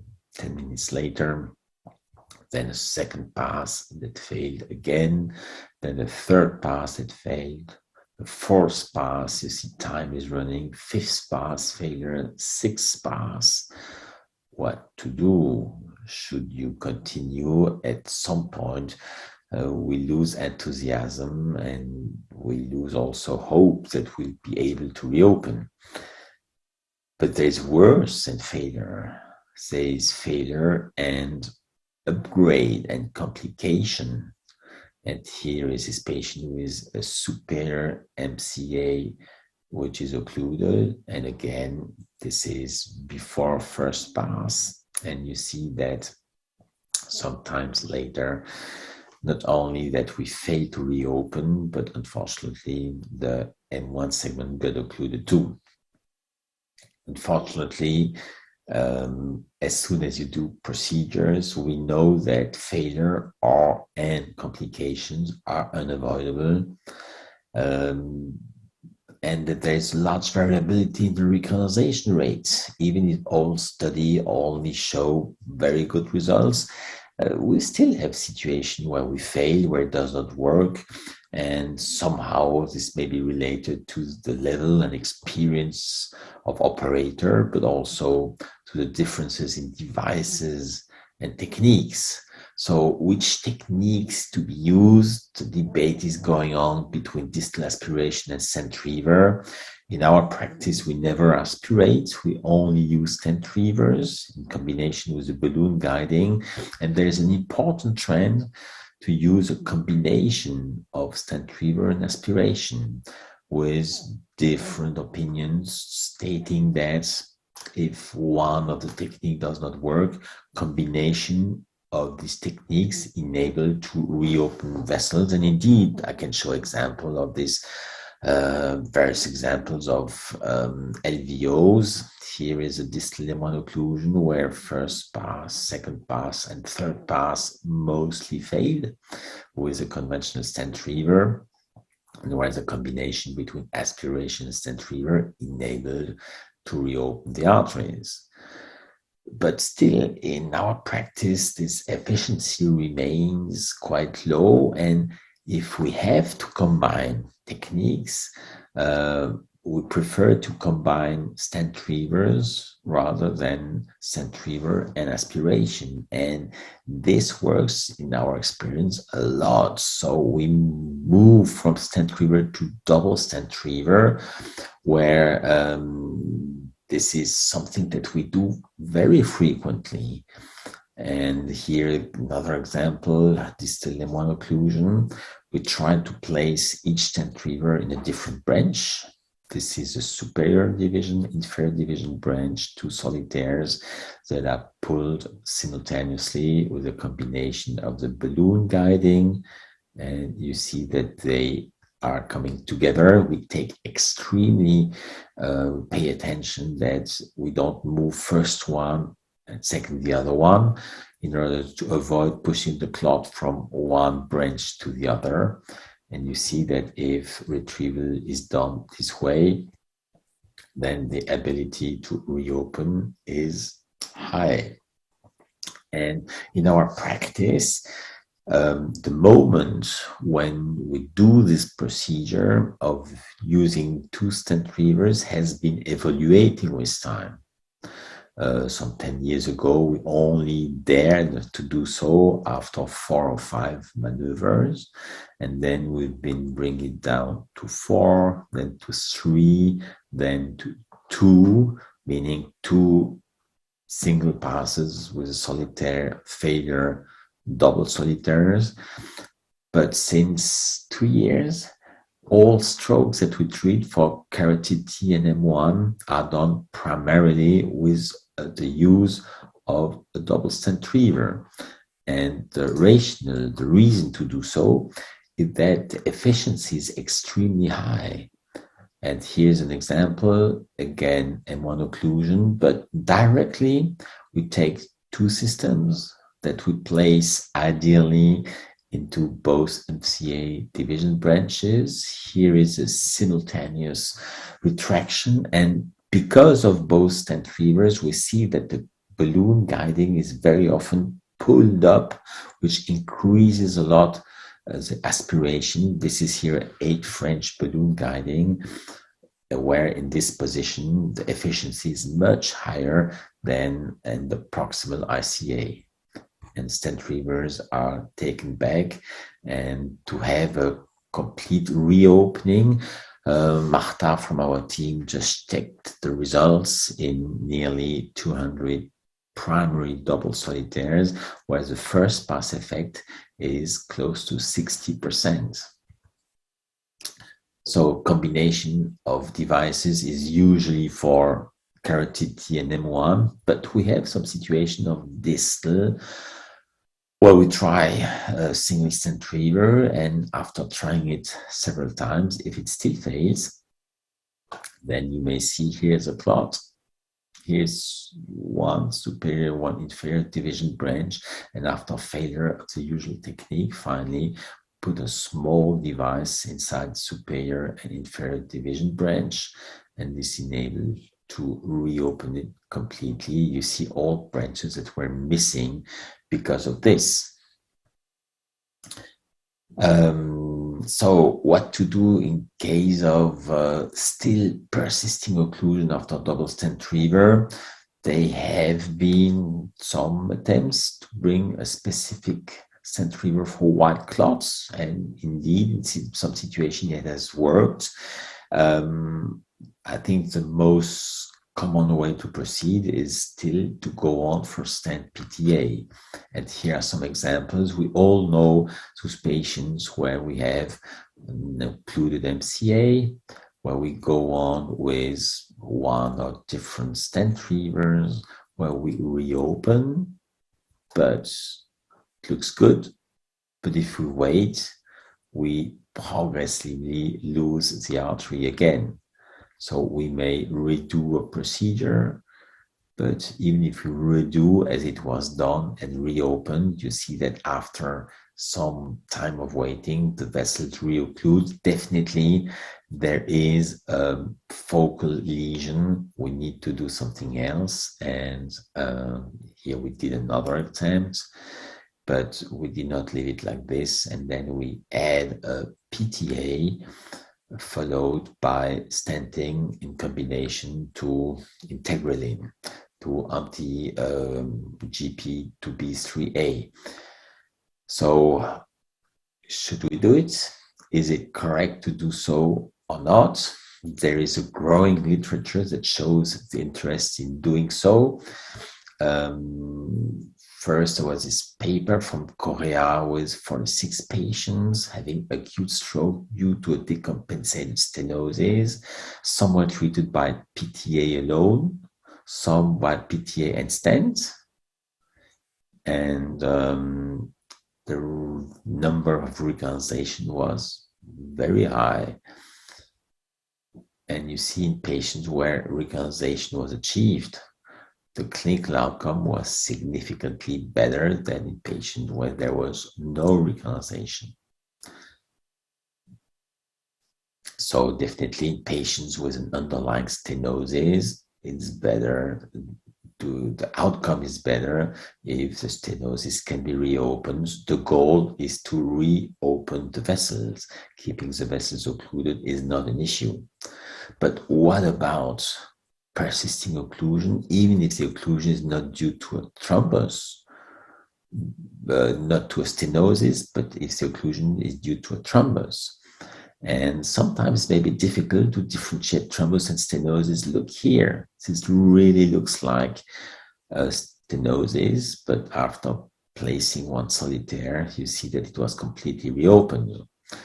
However, we have now studies evaluating placements of stent after PTA in failures of thrombectomies. Here is a study here. We're using the EMBO trap, 200 thrombectomies, 26 failures. And from those 26 failures, about one half were left untreated, one half had a rescue stenting.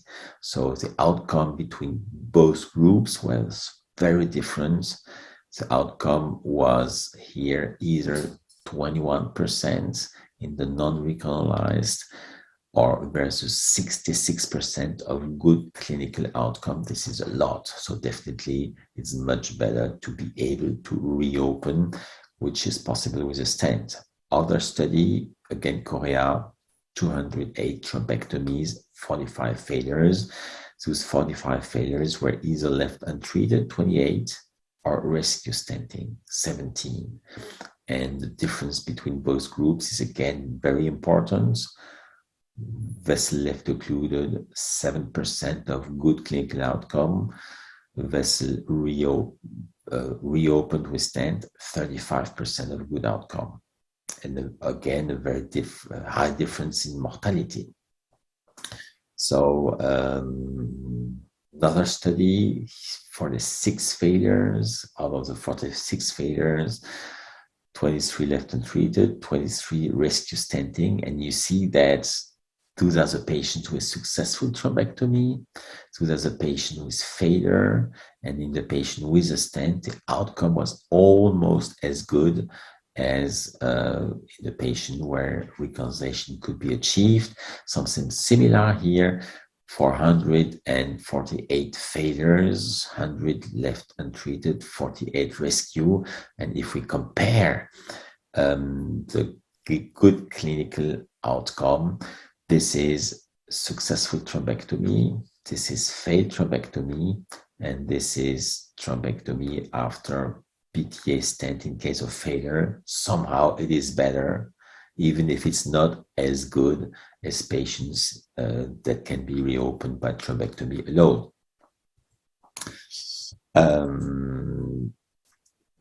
Another paper where we've been involved, associating different groups, show that definitely the key point is to be able to reopen the artery. A good outcome was obtaining 45% of the recorded patients with a recorded reopening.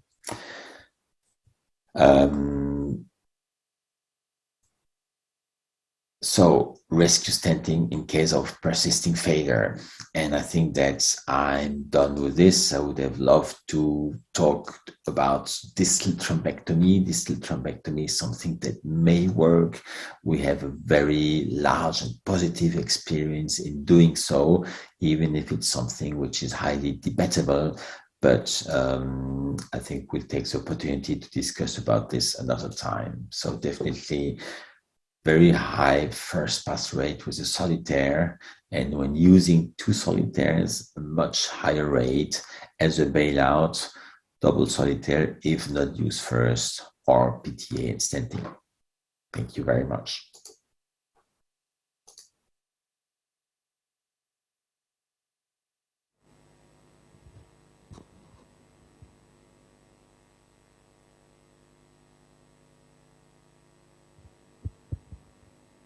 Okay, thank you very much for excellent presentation concerning about the update of the treatment of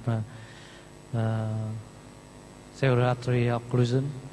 And welcome Professor Sapogane again. And now we have time for discussion.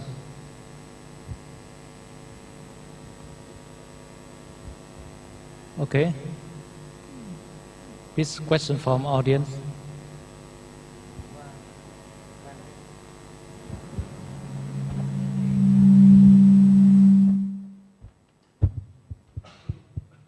So I have one question for Professor Sapogane.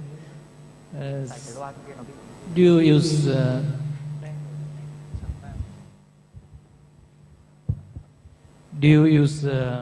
balloon guiding catheter for all cases when you use solitaire retrieve? Yes, the answer is yes. I think it's a very important point. Changing from regular guiding to balloon guiding is a question of habits. There is no reason not to do it except maybe price, because it's more expensive than the regular guiding. If there's an intermediate catheter, it's probably less useful because there's less space between the guiding and the intermediate. But even with aspiration catheters, it makes sense. Why not to try to stop the flow and potentialize the efficiency of thrombectomy? So balloon guiding is always good, yes. So for the sizing of the balloon guiding catheter, you use 8 French or 9 French? Because sometimes you combine with aspiration. Indeed, for aspiration, the 9 French makes sense. Usually we don't aspirate. Nowadays, a lot of persons combine two techniques, which is aspiration and single stent lever. In our experience, when comparing aspiration and single stent lever to no aspiration but 2 stent levers, the highest efficiency is with 2 stent levers. This is why for carotid T and N1, this has become since 2-3 years now our primary way to treat. I imagine that a solitaire is a kind of hand. With a hand you can grab the top, so with 2 hands you can do more. Yes, and I have one more question. In case you're not success of the stent retriever, you use double stent. So, in your experience, what about risk of the complication during retrieve two stent?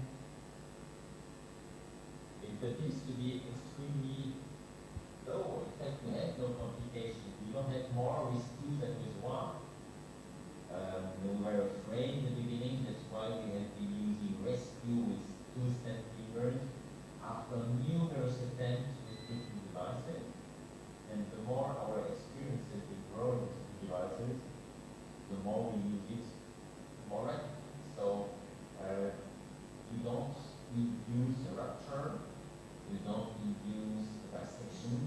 The only thing is if you have to search for two different arteries, you may have a couple of minutes more, but we never invest more than 2 minutes to try to get access to the division branch. If it does not work with the division branch, then we go to the same where the first is. Yes, we have more questions from the audience.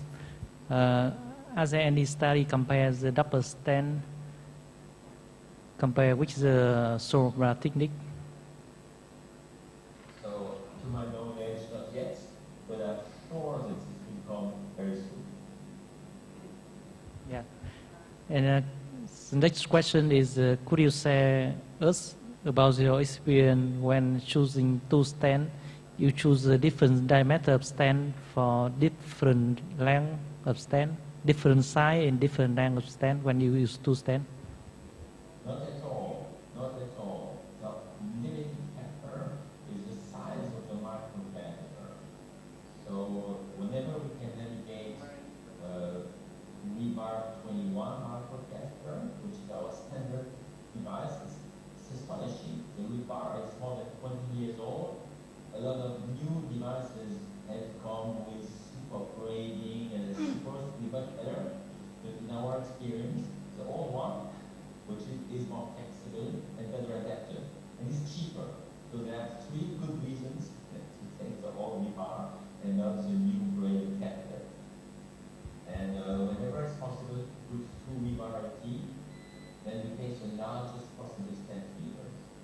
So we take two 640, and then it's more efficient. At some point we switched from 420 to 630 and then 640 because it appeared that the 630 and 640 was more efficient than the 420, and I presume for the large two. So it's not a PTA balloon.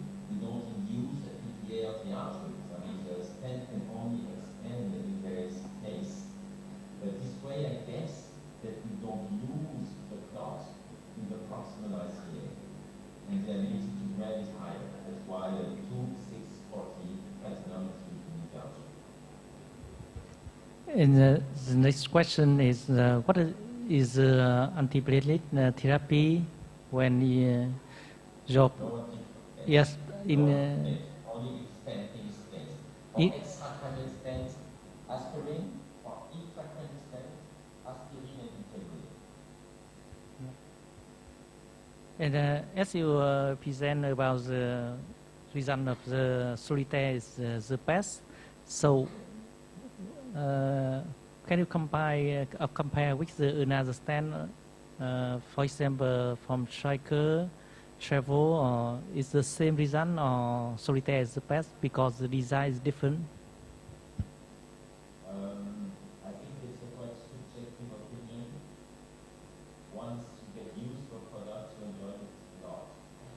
So I'm not sure that there are many important differences. The first study by Usama Zaidat, who checked the first pass effect, he had better results with the solitaire than the Trevo, but it was 25 or 23%.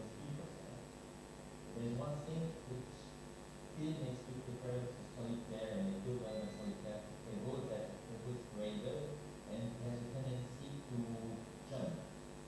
And we don't have jumping phenomenon with solitaire. I guess it's more compressing. I think whenever a device jumps, you increase the force, you increase, and then falls out. Whenever things like this, usually you don't get the loss.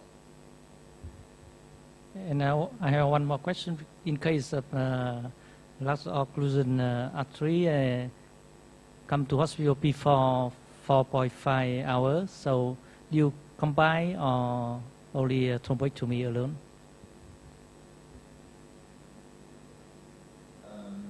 After, yes, when there's no way to make interventional analysis, then patients get thrombectomy alone. The study already showed, obviously proved that combination of analysis and thrombectomy is better than thrombectomy alone. As Stephen said, we have patients where thrombus is fragmented. Instead of having one and one, we have two thrombectomies and both can fuse to you, which is not easier. So for our engine, I think that it's better if there is no IV analysis, because then you can go on also for tissue thrombectomy, which we do very systematically. I didn't have the time, unfortunately, to expose on this, but whenever we see M3, A2, A3, if not, we go first, taking a small time. Thank you. And do you have any question?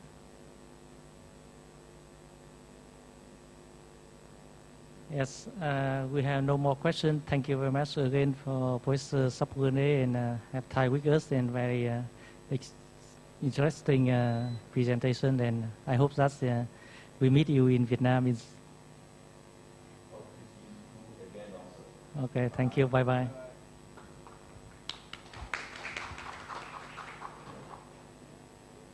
Tiếp theo, tôi xin trân trọng kính mời báo cáo cuối cùng trong cái phiên chiều nay của bác sĩ Nguyễn Hữu An về cái lấy huyết khối cơ học trong cái tắc các mạch máu lớn ở trong vòng 4 tiếng rưỡi. Xin kính mời.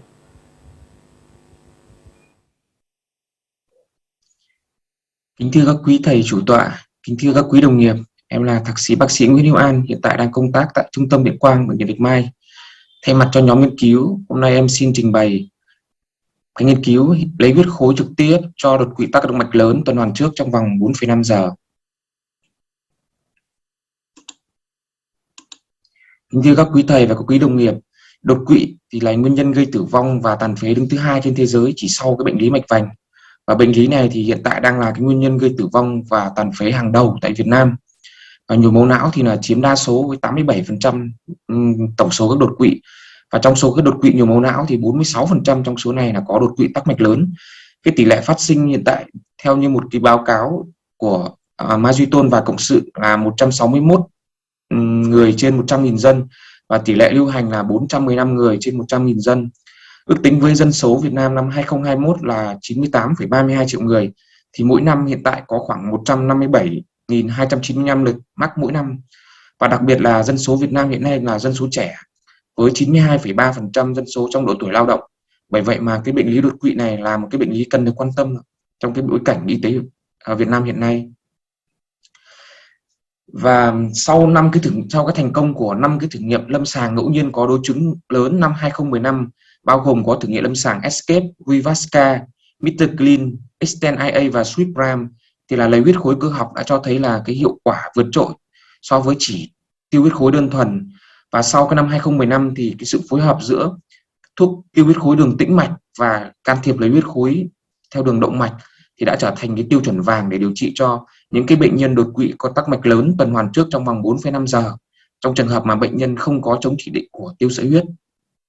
Tuy nhiên thì một số từ những cái quan sát ban đầu thì một số cái phân tích gộp, bao gồm có một cái phân tích gộp năm 2019 thì cho thấy rằng là cái phương pháp lấy huyết khối đơn thuần, tức là không có sử dụng phối hợp tiêu huyết khối, thì cho thấy một cái hiệu quả thì lại tương đương so với cả cái phương pháp điều trị phối hợp tiêu huyết khối đường tĩnh mạch và can thiệp lấy huyết khối lấy huyết khối cơ học. Bởi vậy mà một cái câu hỏi được đặt ra sau đó đó là liệu chúng ta có cần thiết phải dùng tiêu huyết khối trước khi can thiệp lấy huyết khối nữa hay không? Bởi vì thứ nhất là những cái lợi ích mà tiêu huyết khối nó mang lại thì gồm có nhất là nó tăng cái tỷ lệ tái thông sớm, thứ hai là gì, nó làm tăng tỷ lệ tái thông thành công cuối cùng, thứ ba là gì, nó giúp cho làm mềm cục huyết khối và giúp cho cái thời gian can thiệp giảm ngắn đi, và thứ tư là gì, tiêu huyết khối đường tĩnh mạch thì nó đem tới một cái cơ hội tái thông trong trường hợp mà gì với những cái bệnh nhân mà chúng ta không thể tiếp cận để chúng ta lấy huyết khối cơ học được. Tuy nhiên thì cái việc sử dụng tiêu huyết khối phối hợp với cả lấy huyết khối thì nó cũng có những cái đem lại những cái bất lợi. Cái bất lợi thứ nhất là gì? Nó làm tăng cái nguy cơ chuyển dạng chảy máu nội sọ, đặc biệt là chảy máu nội sọ có triệu chứng. Thứ hai là gì? Nó làm cái việc mà chúng ta thêm một cái thủ thuật tiêu huyết khối nữa thì nó sẽ làm chậm cái thời gian để chúng ta bắt đầu tiến hành cái thủ thuật can thiệp lấy huyết khối. Thứ ba là gì? Cái việc dùng tiêu huyết khối đường tĩnh mạch thì nó có thể làm mềm cục huyết khối. Tuy nhiên thì nó lại làm cho cái huyết khối đấy nó có thể đi di trú, đi xa, và khi mà di trú lên những cái nhánh nhỏ thì các cái dụng cụ lấy huyết khối thì không thể tiếp cận để lấy được. Và tất nhiên là thứ tư, khi chúng ta dùng thêm một cái thủ thuật nữa thì nó sẽ làm tăng lên cái chi phí điều trị cho bệnh nhân. Bởi vậy mà để trả lời cho câu hỏi này thì từ năm 2019 cho tới nay thì đã có 6 cái thử nghiệm lâm sàng ngẫu nhiên có đối chứng so sánh lấy huyết khối trực tiếp với cả điều trị phối hợp đã được tiến hành. Tuy nhiên thì các cái kết quả từ các cái thử nghiệm lâm sàng này thì nó cũng không có tính nhất quán, bao gồm 3 cái thử nghiệm lâm sàng đầu tiên được tiến hành ở châu Á, gồm có Direct MT và DEVT được tiến hành ở Trung Quốc, và cái thử nghiệm SKIP được tiến hành ở Nhật Bản, thì cho thấy rằng là cái lấy huyết khối trực tiếp có hiệu quả tương đương so với điều trị phối hợp. Tuy nhiên thì kết quả từ 3 cái thử nghiệm sau này được tiến hành ở châu Âu, bao gồm có thử nghiệm lâm sàng Mr. Clean No IV, thử nghiệm lâm sàng Swift Direct và thử nghiệm Direct Shape được tiến hành ở châu Úc, thì lại cho thấy rằng là lấy huyết khối trực tiếp thì có hiệu quả kém hơn so với điều trị phối hợp. Và mặc dù thì các cái thử nghiệm lâm sàng này chủ yếu được thực hiện ở các cái nước đã phát triển, thì hiện tại với cái bối cảnh ở Việt Nam là nước đang phát triển, thì chúng ta thấy là hiện tại nước Việt Nam thì có 81 bệnh viện tiếp nhận và điều trị đột quỵ ban đầu, tức là chúng ta có tiếp nhận và điều trị bệnh nhân ngay và có thể tiêu sợi huyết ngay lập tức tại cái tuyến đó, và gồm có 6 bệnh viện điều trị đột quỵ toàn diện, bao gồm trong đó có bệnh viện Bạch Mai. Và theo một cái nghiên cứu đã được công bố bởi Vũ Đăng Lưu và Cộng sự năm 2012 thì cái phương pháp lấy huyết khối trực tiếp và phương pháp điều trị phối hợp thì cũng đã được triển khai từ năm 2012. Và với tình hình điều trị đột quỵ hiện nay tại bệnh viện Bạch Mai gồm có 10.000 lượt điều trị đột quỵ một năm và khoảng 700 lượt lấy huyết khối năm 2021. Nên là gì, cái vấn đề đặt cái câu hỏi được chúng tôi đặt ra là với một cái bệnh nhân có đột quỵ tắc mạch lớn có thể đến bệnh viện Bạch Mai trong vòng 4,5 giờ thì liệu rằng là cái phương pháp lấy huyết khối trực tiếp nó có đem lại cái hiệu quả tương đương với cả cái phương pháp điều trị phối hợp hay không. Và chính bởi cái câu hỏi nghiên cứu đó mà cái nghiên cứu của chúng tôi thì gồm có 2 cái mục tiêu chính. Thứ nhất là gì, đánh giá hiệu quả và tính an toàn của lấy huyết khối trực tiếp, và thứ hai là gì, so sánh hiệu quả và tính an toàn của lấy huyết khối trực tiếp với cái phương pháp điều trị phối hợp. Cái phương pháp được chọn trong nghiên cứu của chúng tôi là cái thử nghiệm can thiệp có nhóm chứng đơn trung tâm và không có ngẫu nhiên, và cái nhóm can thiệp là nhóm lấy huyết khối trực tiếp, còn nhóm chứng là nhóm điều trị phối hợp. Cái cơ mẫu trong nghiên cứu này là cơ mẫu thuận tiện, và thời gian nghiên cứu được tiến hành từ tháng 12 năm 2020 tới tháng 2 năm 2022, và địa điểm nghiên cứu là tại bệnh viện Bạch Mai. Cái tiêu chuẩn lựa chọn bệnh nhân thì đó là những cái bệnh nhân người trưởng thành tuổi lớn 18 tuổi có đột quỵ tắc mạch lớn. Vị trí tắc mạch lớn ở tuần hoàn trước gồm có động mạch cảnh trong, đoạn gần M1 M2 của động mạch não giữa, và trong vòng có thể nhập viện ở trong vòng 4,5 giờ với điểm nhít là lớn hơn 6 điểm, điểm aspect trên các lớp vi tính hoặc cộng hưởng từ là lớn hơn 7 điểm. Các bệnh nhân này thì đủ tiêu chuẩn của lấy huyết khối và đủ tiêu chuẩn của tiêu huyết khối, và các cái bệnh nhân này sẽ được lấy huyết khối cơ học trong vòng 6 giờ theo khuyến cáo của Hiệp hội Đột quỵ và Tim mạch Hoa Kỳ, và các bệnh nhân này thì đều chấp nhận tham gia nghiên cứu. Các tiêu chuẩn loại trừ, thứ nhất là bệnh nhân có cái xuất huyết não đi kèm, hoặc là các bệnh nhân có cái đột quỵ nặng, tức là có để lại cái di chứng nặng trước khi can thiệp, trước khi điều trị, tức là điểm MRS lớn 2. Đây là cái sơ đồ nghiên cứu. Trong nghiên cứu của chúng tôi thì tất cả các cái bệnh nhân tới nhập viện thì sẽ được các cái thăm khám lâm sàng và đánh giá hình ảnh để xác định là bệnh nhân có đủ cái điều kiện để tuyển vào nghiên cứu trong vòng 4,5 giờ từ khi có khởi phát. Với các bệnh nhân là trong nhóm điều trị lấy huyết khối trực tiếp thì bệnh nhân sẽ ngay lập tức được tiến hành chuyển đi để lấy huyết khối mà không có tiêu sợi huyết trước đó. Còn với cho các bệnh nhân được điều trị phối hợp thì sau khi mà được chẩn đoán là có đủ điều kiện thì sẽ được tiến hành tiêu huyết khối đường tĩnh mạch và sau đó được chuyển đi lấy huyết khối cơ học. Và tất cả các bệnh nhân trong hai nhóm thì sẽ được đánh giá về hiệu quả tái thông, tỷ lệ chuyển dạng và điểm MRS cuối cùng tại thời điểm 90 ngày. Và các cái đặc điểm ban đầu của bệnh nhân trong hai nhóm đều thì sẽ được tiến hành so sánh ban đầu để đánh giá cái mức độ tương đồng giữa các bệnh nhân giữa hai nhóm. Và cái hiệu quả đầu ra cuối cùng thì bao gồm có thể tính hiệu quả thì được đánh giá bằng tỷ lệ tái thông thành công, điểm MTC từ 2B đến 3, và cái tỷ lệ hồi phục lâm sàng tốt tại điểm 3 tháng theo điểm MRS từ 0 đến 2 thì sẽ được kiểm định bằng cái test chi bình phương. Còn cái hiệu quả về tính an toàn được xác định bằng tỷ lệ chuyển dạng chảy máu cũng như là tỷ lệ tử vong tại thời điểm 3 tháng thì sẽ được kiểm định bằng test VSIR. Và sự khác biệt có nghĩa thống kê khi cái chỉ số P này nhỏ hơn 0.05. Và từ tháng 12 năm 2020 cho tới tháng 2 năm 2022 thì đã có 80 bệnh nhân đã tham gia và hoàn thành cái đánh giá lâm sàng cuối cùng tại thời điểm 3 tháng với 40 bệnh nhân được phân bổ vào mỗi nhóm. Và như cái bảng trên đây, như chúng ta thấy rằng là các cái thông số ban đầu giữa bệnh nhân giữa hai nhóm được đánh giá bằng thông qua tuổi, giới, điểm NIT, đường máu ban đầu, vị trí tắc mạch, điểm aspect và cũng như các cái khoảng thời gian từ khởi phát tới nhập viện, từ nhập viện tới tiêu huyết khối, từ nhập viện tới lấy huyết khối và cái thời gian can thiệp lấy huyết khối thì đều không có sự khác biệt, có ý nghĩa thống kê với P đều lớn hơn 0.05 ở tất cả các cái thông số, cho thấy rằng là các cái chỉ số đầu vào này là tương đồng ở trong hai cái nhóm nghiên cứu. Và về cái mặt cái thời gian can thiệp lấy huyết khối thì là chúng ta rằng cái thời gian này là 42,9 cộng trừ 26,1 phút ở cái nhóm lấy huyết khối trực tiếp, thì cũng không thấy có sự khác biệt có ý nghĩa thống kê so với cái thời gian là 46,2 cộng trừ 28,3 ở cái nhóm điều trị phối hợp. Về mặt cái đặc điểm can thiệp thì chúng ta thấy rằng là cái tỷ lệ tái thông trước can thiệp đều là tương đối thấp, mặc dù là kể cả là bệnh nhân có được dùng tiêu huyết khối đường tĩnh mạch. Tỷ lệ này là 0% ở cái nhóm điều trị phối hợp và cũng là 0% ở cái nhóm lấy huyết khối trực tiếp. Tuy nhiên thì cái kết quả cho thấy rằng là cái số lần lấy huyết khối thì là trung vị là 1 ở cái nhóm lấy huyết khối điều trị phối hợp, và cái khoảng dao động từ 1 đến 2 thì là thấp hơn so với cái trung vị là 1,5, cái khoảng dao động từ 1 đến 2 ở cái nhóm lấy huyết khối trực tiếp. Tuy nhiên thì cũng không có sự khác biệt có ý nghĩa thống kê với P bằng 0,45. Và chúng ta thấy rằng là cái tỷ lệ cái huyết khối di trú thì là cao hơn ở cái nhóm điều trị phối hợp, với cái tỷ lệ này là 10% ở nhóm điều trị phối hợp so với 0% ở cái nhóm lấy huyết khối trực tiếp, và khác biệt có ý nghĩa thống kê với tỷ lệ P là có chỉ số P là 0.04. Về mặt cái hiệu quả điều trị thì chúng ta thấy rằng là cái tỷ lệ có cái tỷ lệ bệnh nhân có đầu ra lâm sàng tốt MRS 0 đến 2 thì đạt được là 25 bệnh nhân ở cái nhóm lấy huyết khối trực tiếp, tức là tỷ lệ 62,5%. Còn với đạt được là 24 bệnh nhân ở nhóm điều trị phối hợp và tỷ lệ này là 60,0%, và cái tỷ lệ này thì không có sự khác biệt có ý nghĩa thống kê với cái P bằng 0.82. Tỷ lệ tái thông thành công cuối cùng sau khi can thiệp thì đều đạt được là 90% bệnh nhân ở trong cả hai nhóm, và tỷ lệ này thì tương đối cao. Tuy nhiên thì cũng không có sự khác biệt giữa ở nhóm lấy huyết khối trực tiếp so với nhóm điều trị phối hợp. Về mặt cái tỷ lệ chuyển dạng chảy máu không triệu chứng và tỷ lệ chảy máu có triệu chứng thì chúng ta thấy rằng là cái tỷ lệ này thì thấy là rằng là thấp hơn ở cái nhóm điều trị lấy huyết khối trực tiếp, tức là đạt được cả 40% ở nhóm lấy huyết khối trực tiếp.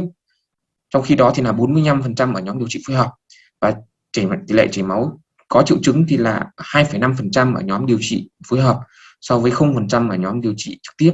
Tuy nhiên thì là cái tỷ lệ này thì đều không có khác biệt có ý nghĩa thống kê, với P lần lượt là 0,56 và P bằng 0,32. Còn về mặt tỷ lệ tử vong tại thời 3 tháng thì không có sự khác biệt ở giữa hai nhóm nghiên cứu. Và chính vì những cái kết quả như vậy nên là nhóm nghiên cứu có đưa ra một số cái kết luận từ cái nghiên cứu này. Thứ nhất là cái hiệu quả điều trị là tốt ở nhóm điều trị lấy huyết khối trực tiếp, mặc dù là cái kết quả này thì không cho thấy rằng là cái sự tốt hơn so với điều trị phối hợp. Và cái tỷ lệ chuyển dạng chảy máu thì cho thấy rằng là nó thấp hơn khi chúng ta tiến hành lấy huyết khối trực tiếp, mặc dù rằng là cái sự thấp hơn này thì không có sự khác biệt có ý nghĩa thống kê. Tuy nhiên thì cái nghiên cứu này thì nó có một số các hạn chế. Thứ nhất là cái cỡ mẫu nghiên cứu còn tương đối nhỏ, và thứ hai là đây là một nghiên cứu đơn trung tâm nên là nó không thể có cái tính đại diện cho toàn bộ trên cái quần thể người Việt Nam. Bởi vậy là một cái nghiên cứu đa trung tâm và cũng như là cái cỡ mẫu lớn hơn là cần thiết để khẳng định được là kết quả của cái nghiên cứu này. Em xin cảm ơn sự lắng nghe của quý thầy và các quý đồng nghiệp.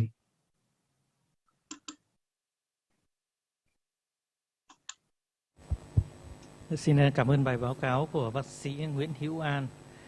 Chúng ta đã nghe các cái báo cáo trong cái phiên thứ hai của chiều hôm nay, thì với các chủ đề về các cái can thiệp về các cái bệnh lý mạch thần kinh, và chúng ta đã nghe các thảo luận. Và hiện nay thì theo thông báo của ban thư ký thì bác sĩ Hắc Giang François thì cũng chắc là không có online, thì chúng ta đã trao đổi chỗ giáo sư Sapogene về các cái bài báo cáo của giáo sư Sapogene rồi, thì còn cái giáo sư Piero thì cũng không có online do cái công việc ở Mỹ. Thế thì xin mời các quý đồng nghiệp là có cái trao đổi thảo luận gì thêm thì chúng ta có thể đặt các cái câu hỏi thêm hoặc là những câu hỏi từ các hội trưởng. Xin mời.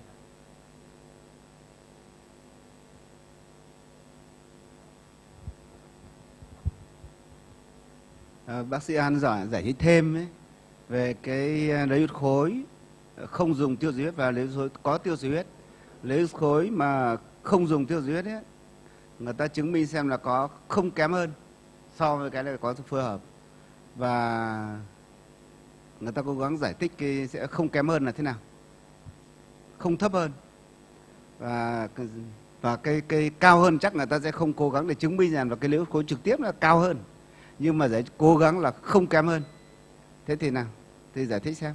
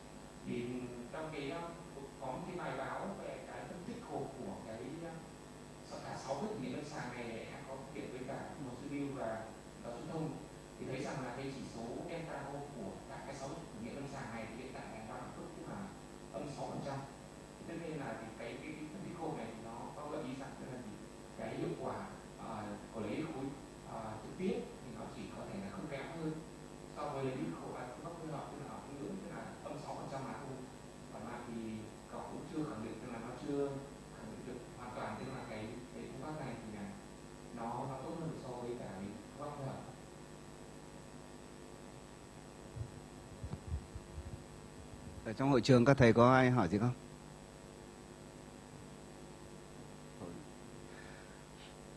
Nếu không có ai hỏi gì, chắc là đến đây chắc ta cũng dừng cái session này. Đây là cái session rất là hay về các cái update, các can thiệp về thần kinh. Trong đó từ điều trị dị dạng mạch não, AVM, rồi thì phình mạch não, rồi nếu huyết khối, rồi thì điều trị tắc mạch. Và đặc biệt là cái AVM ấy, thì sau cái Aruba thì về cơ bản người ta sẽ phản đối rất là nhiều trong điều trị cái AVM. Tuy nhiên với cái phát triển của các kỹ thuật ấy, và đặc biệt là các cái dụng cụ can thiệp ấy, thì các cái AVM người ta vẫn điều trị rất là nhiều. Trong các hội nghị quốc tế ấy, người ta vẫn đưa ra các cái nghiên cứu, và đặc biệt là điều trị cái AVM vỡ và kể cả chưa vỡ mà có nguy cơ ấy, người ta điều trị. Và bây giờ là điều trị triệt căn ấy, tức là điều trị khỏi cái AVM. Thì đã rất nhiều các nghiên cứu người ta đang làm. Tuy nhiên cái Aruba thì là fail, tức là điều trị can thiệp nút mạch hoặc là mổ các thứ của AVM chưa vỡ thì là thất bại, tăng cái tỷ lệ tử vong và tăng cái tỷ lệ mà tàn tật so với lại chỉ có điều trị nội khoa. Nhưng mà cái đó cũng, cái nghiên cứu đấy nó cũng rất nhiều hạn chế, cho nên hiện nay ấy, người ta vẫn điều trị cái AVM theo các cái, chưa có những guideline cụ thể nhưng vẫn điều trị AVM tùy từng cái trường hợp ấy. Nếu như có nguy cơ, rồi nếu như nó chảy máu, rồi nếu như điều trị được, vân vân, đã rất nhiều cái yếu tố. Thế còn các cái điều trị cái thrombectomy ấy, điều trị lấy huyết khối ấy, cũng có nhiều những cái nghiên cứu mới, đặc biệt là cái nghiên cứu mà không tiêu sợi huyết và tiêu sợi huyết phối hợp thì đã rất mới. Tuy nhiên thì có nhiều nghiên cứu là thành công, ở châu Á thì lại thành công, nhưng mà ở châu Âu thì lại thất bại. Hiện nay cũng chưa đưa ra guideline. Tuy nhiên ở Bạch Mai mới làm cái lượng 80 bệnh nhân thì thấy hiệu quả khá tốt. Và ở Trung Quốc ấy, thì nghiên cứu lại rất là thành công. Như vậy cũng còn phải nghiên cứu tiếp, chưa có cái quyết định được. Rồi thì các điều trị về lấy huyết khối mà cái thời gian ấy, nhiều nghiên cứu người ta cũng đang nói ấy, tức là nhiều cái báo cáo thì lấy huyết khối ngày nay它không phụ thuộc vào thời gian nữa. Trước kia mình cứ nói là thời gian là não, thì hiện nay câu nói đó người ta không nói là thời gian là não nữa, và người ta điều trị với cái điều trị các cái đột quỵ não ấy, thì về quan trọng nhất là phải tính được còn hiệu quả hay không, chứ không phải là thời gian là não, đến bao nhiêu vẫn có thể điều trị được, chứ không phải đến trước 4 giờ rưỡi. Trước 4 giờ rưỡi chỉ là để tiêu diệt huyết thôi, chứ còn trong can thiệp thì thời gian không quan trọng lắm nữa. Người ta dựa vào các cái chẩn đoán hình ảnh cho các cái perfusion, rồi thì tưới mô não, chân CT, cộng từ để chọn cái thời gian để điều trị ấy. Thì còn có cái chỉ định điều trị hay không. Như vậy thì khái niệm về thời gian là não người ta không còn nói trong cái can thiệp nữa. Thời gian là não chỉ để trong cái tiêu sợi huyết thôi, càng sớm càng tốt để tiêu sợi huyết, chứ không phải để can thiệp. Can thiệp thì bất kỳ lúc nào đến, dựa vào các cái phương pháp chẩn đoán hình ảnh mình có thể can thiệp để chỉ định điều trị đến tận 24 giờ, rồi 18 giờ, 24 giờ vân vân. Người ta vẫn cứ điều trị, thậm chí có những nghiên cứu ấy, mới nhất người ta đưa ra, thậm chí sau nữa vẫn cứ điều trị được. Tức là khi mà vẫn còn cái penumbra thì người ta vẫn điều trị. Thì có rất nhiều cái mới trong thần kinh. Chúng tôi xin cảm ơn tất cả các anh chị, các thầy cô và anh chị đã dự cái buổi hôm nay, và xin cảm ơn các báo cáo viên nước ngoài cũng như trong nước đã update các cái kỹ thuật và các phương pháp điều trị trong thần kinh. Xin trân trọng cảm ơn.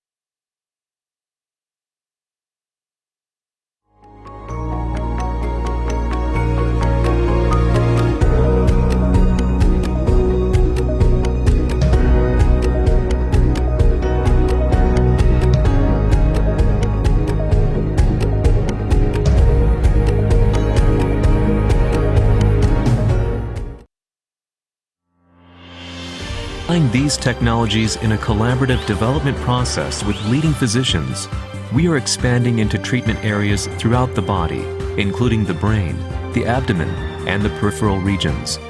Our passion in everything is to help support more minimally invasive treatments.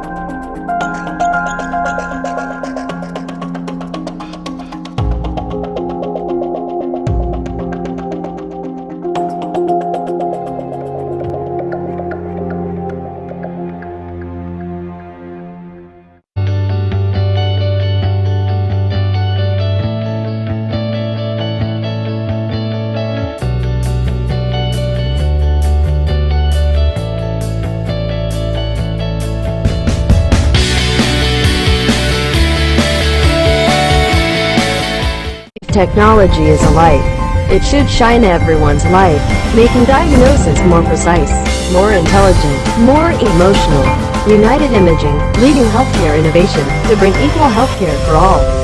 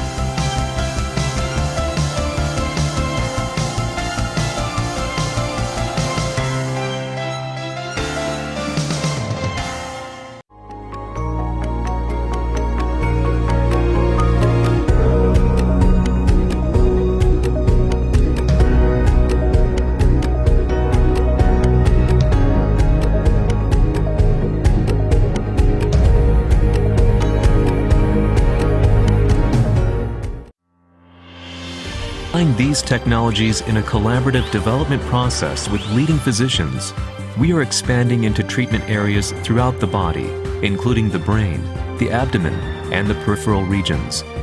Our passion in everything is to help support more minimally invasive treatments.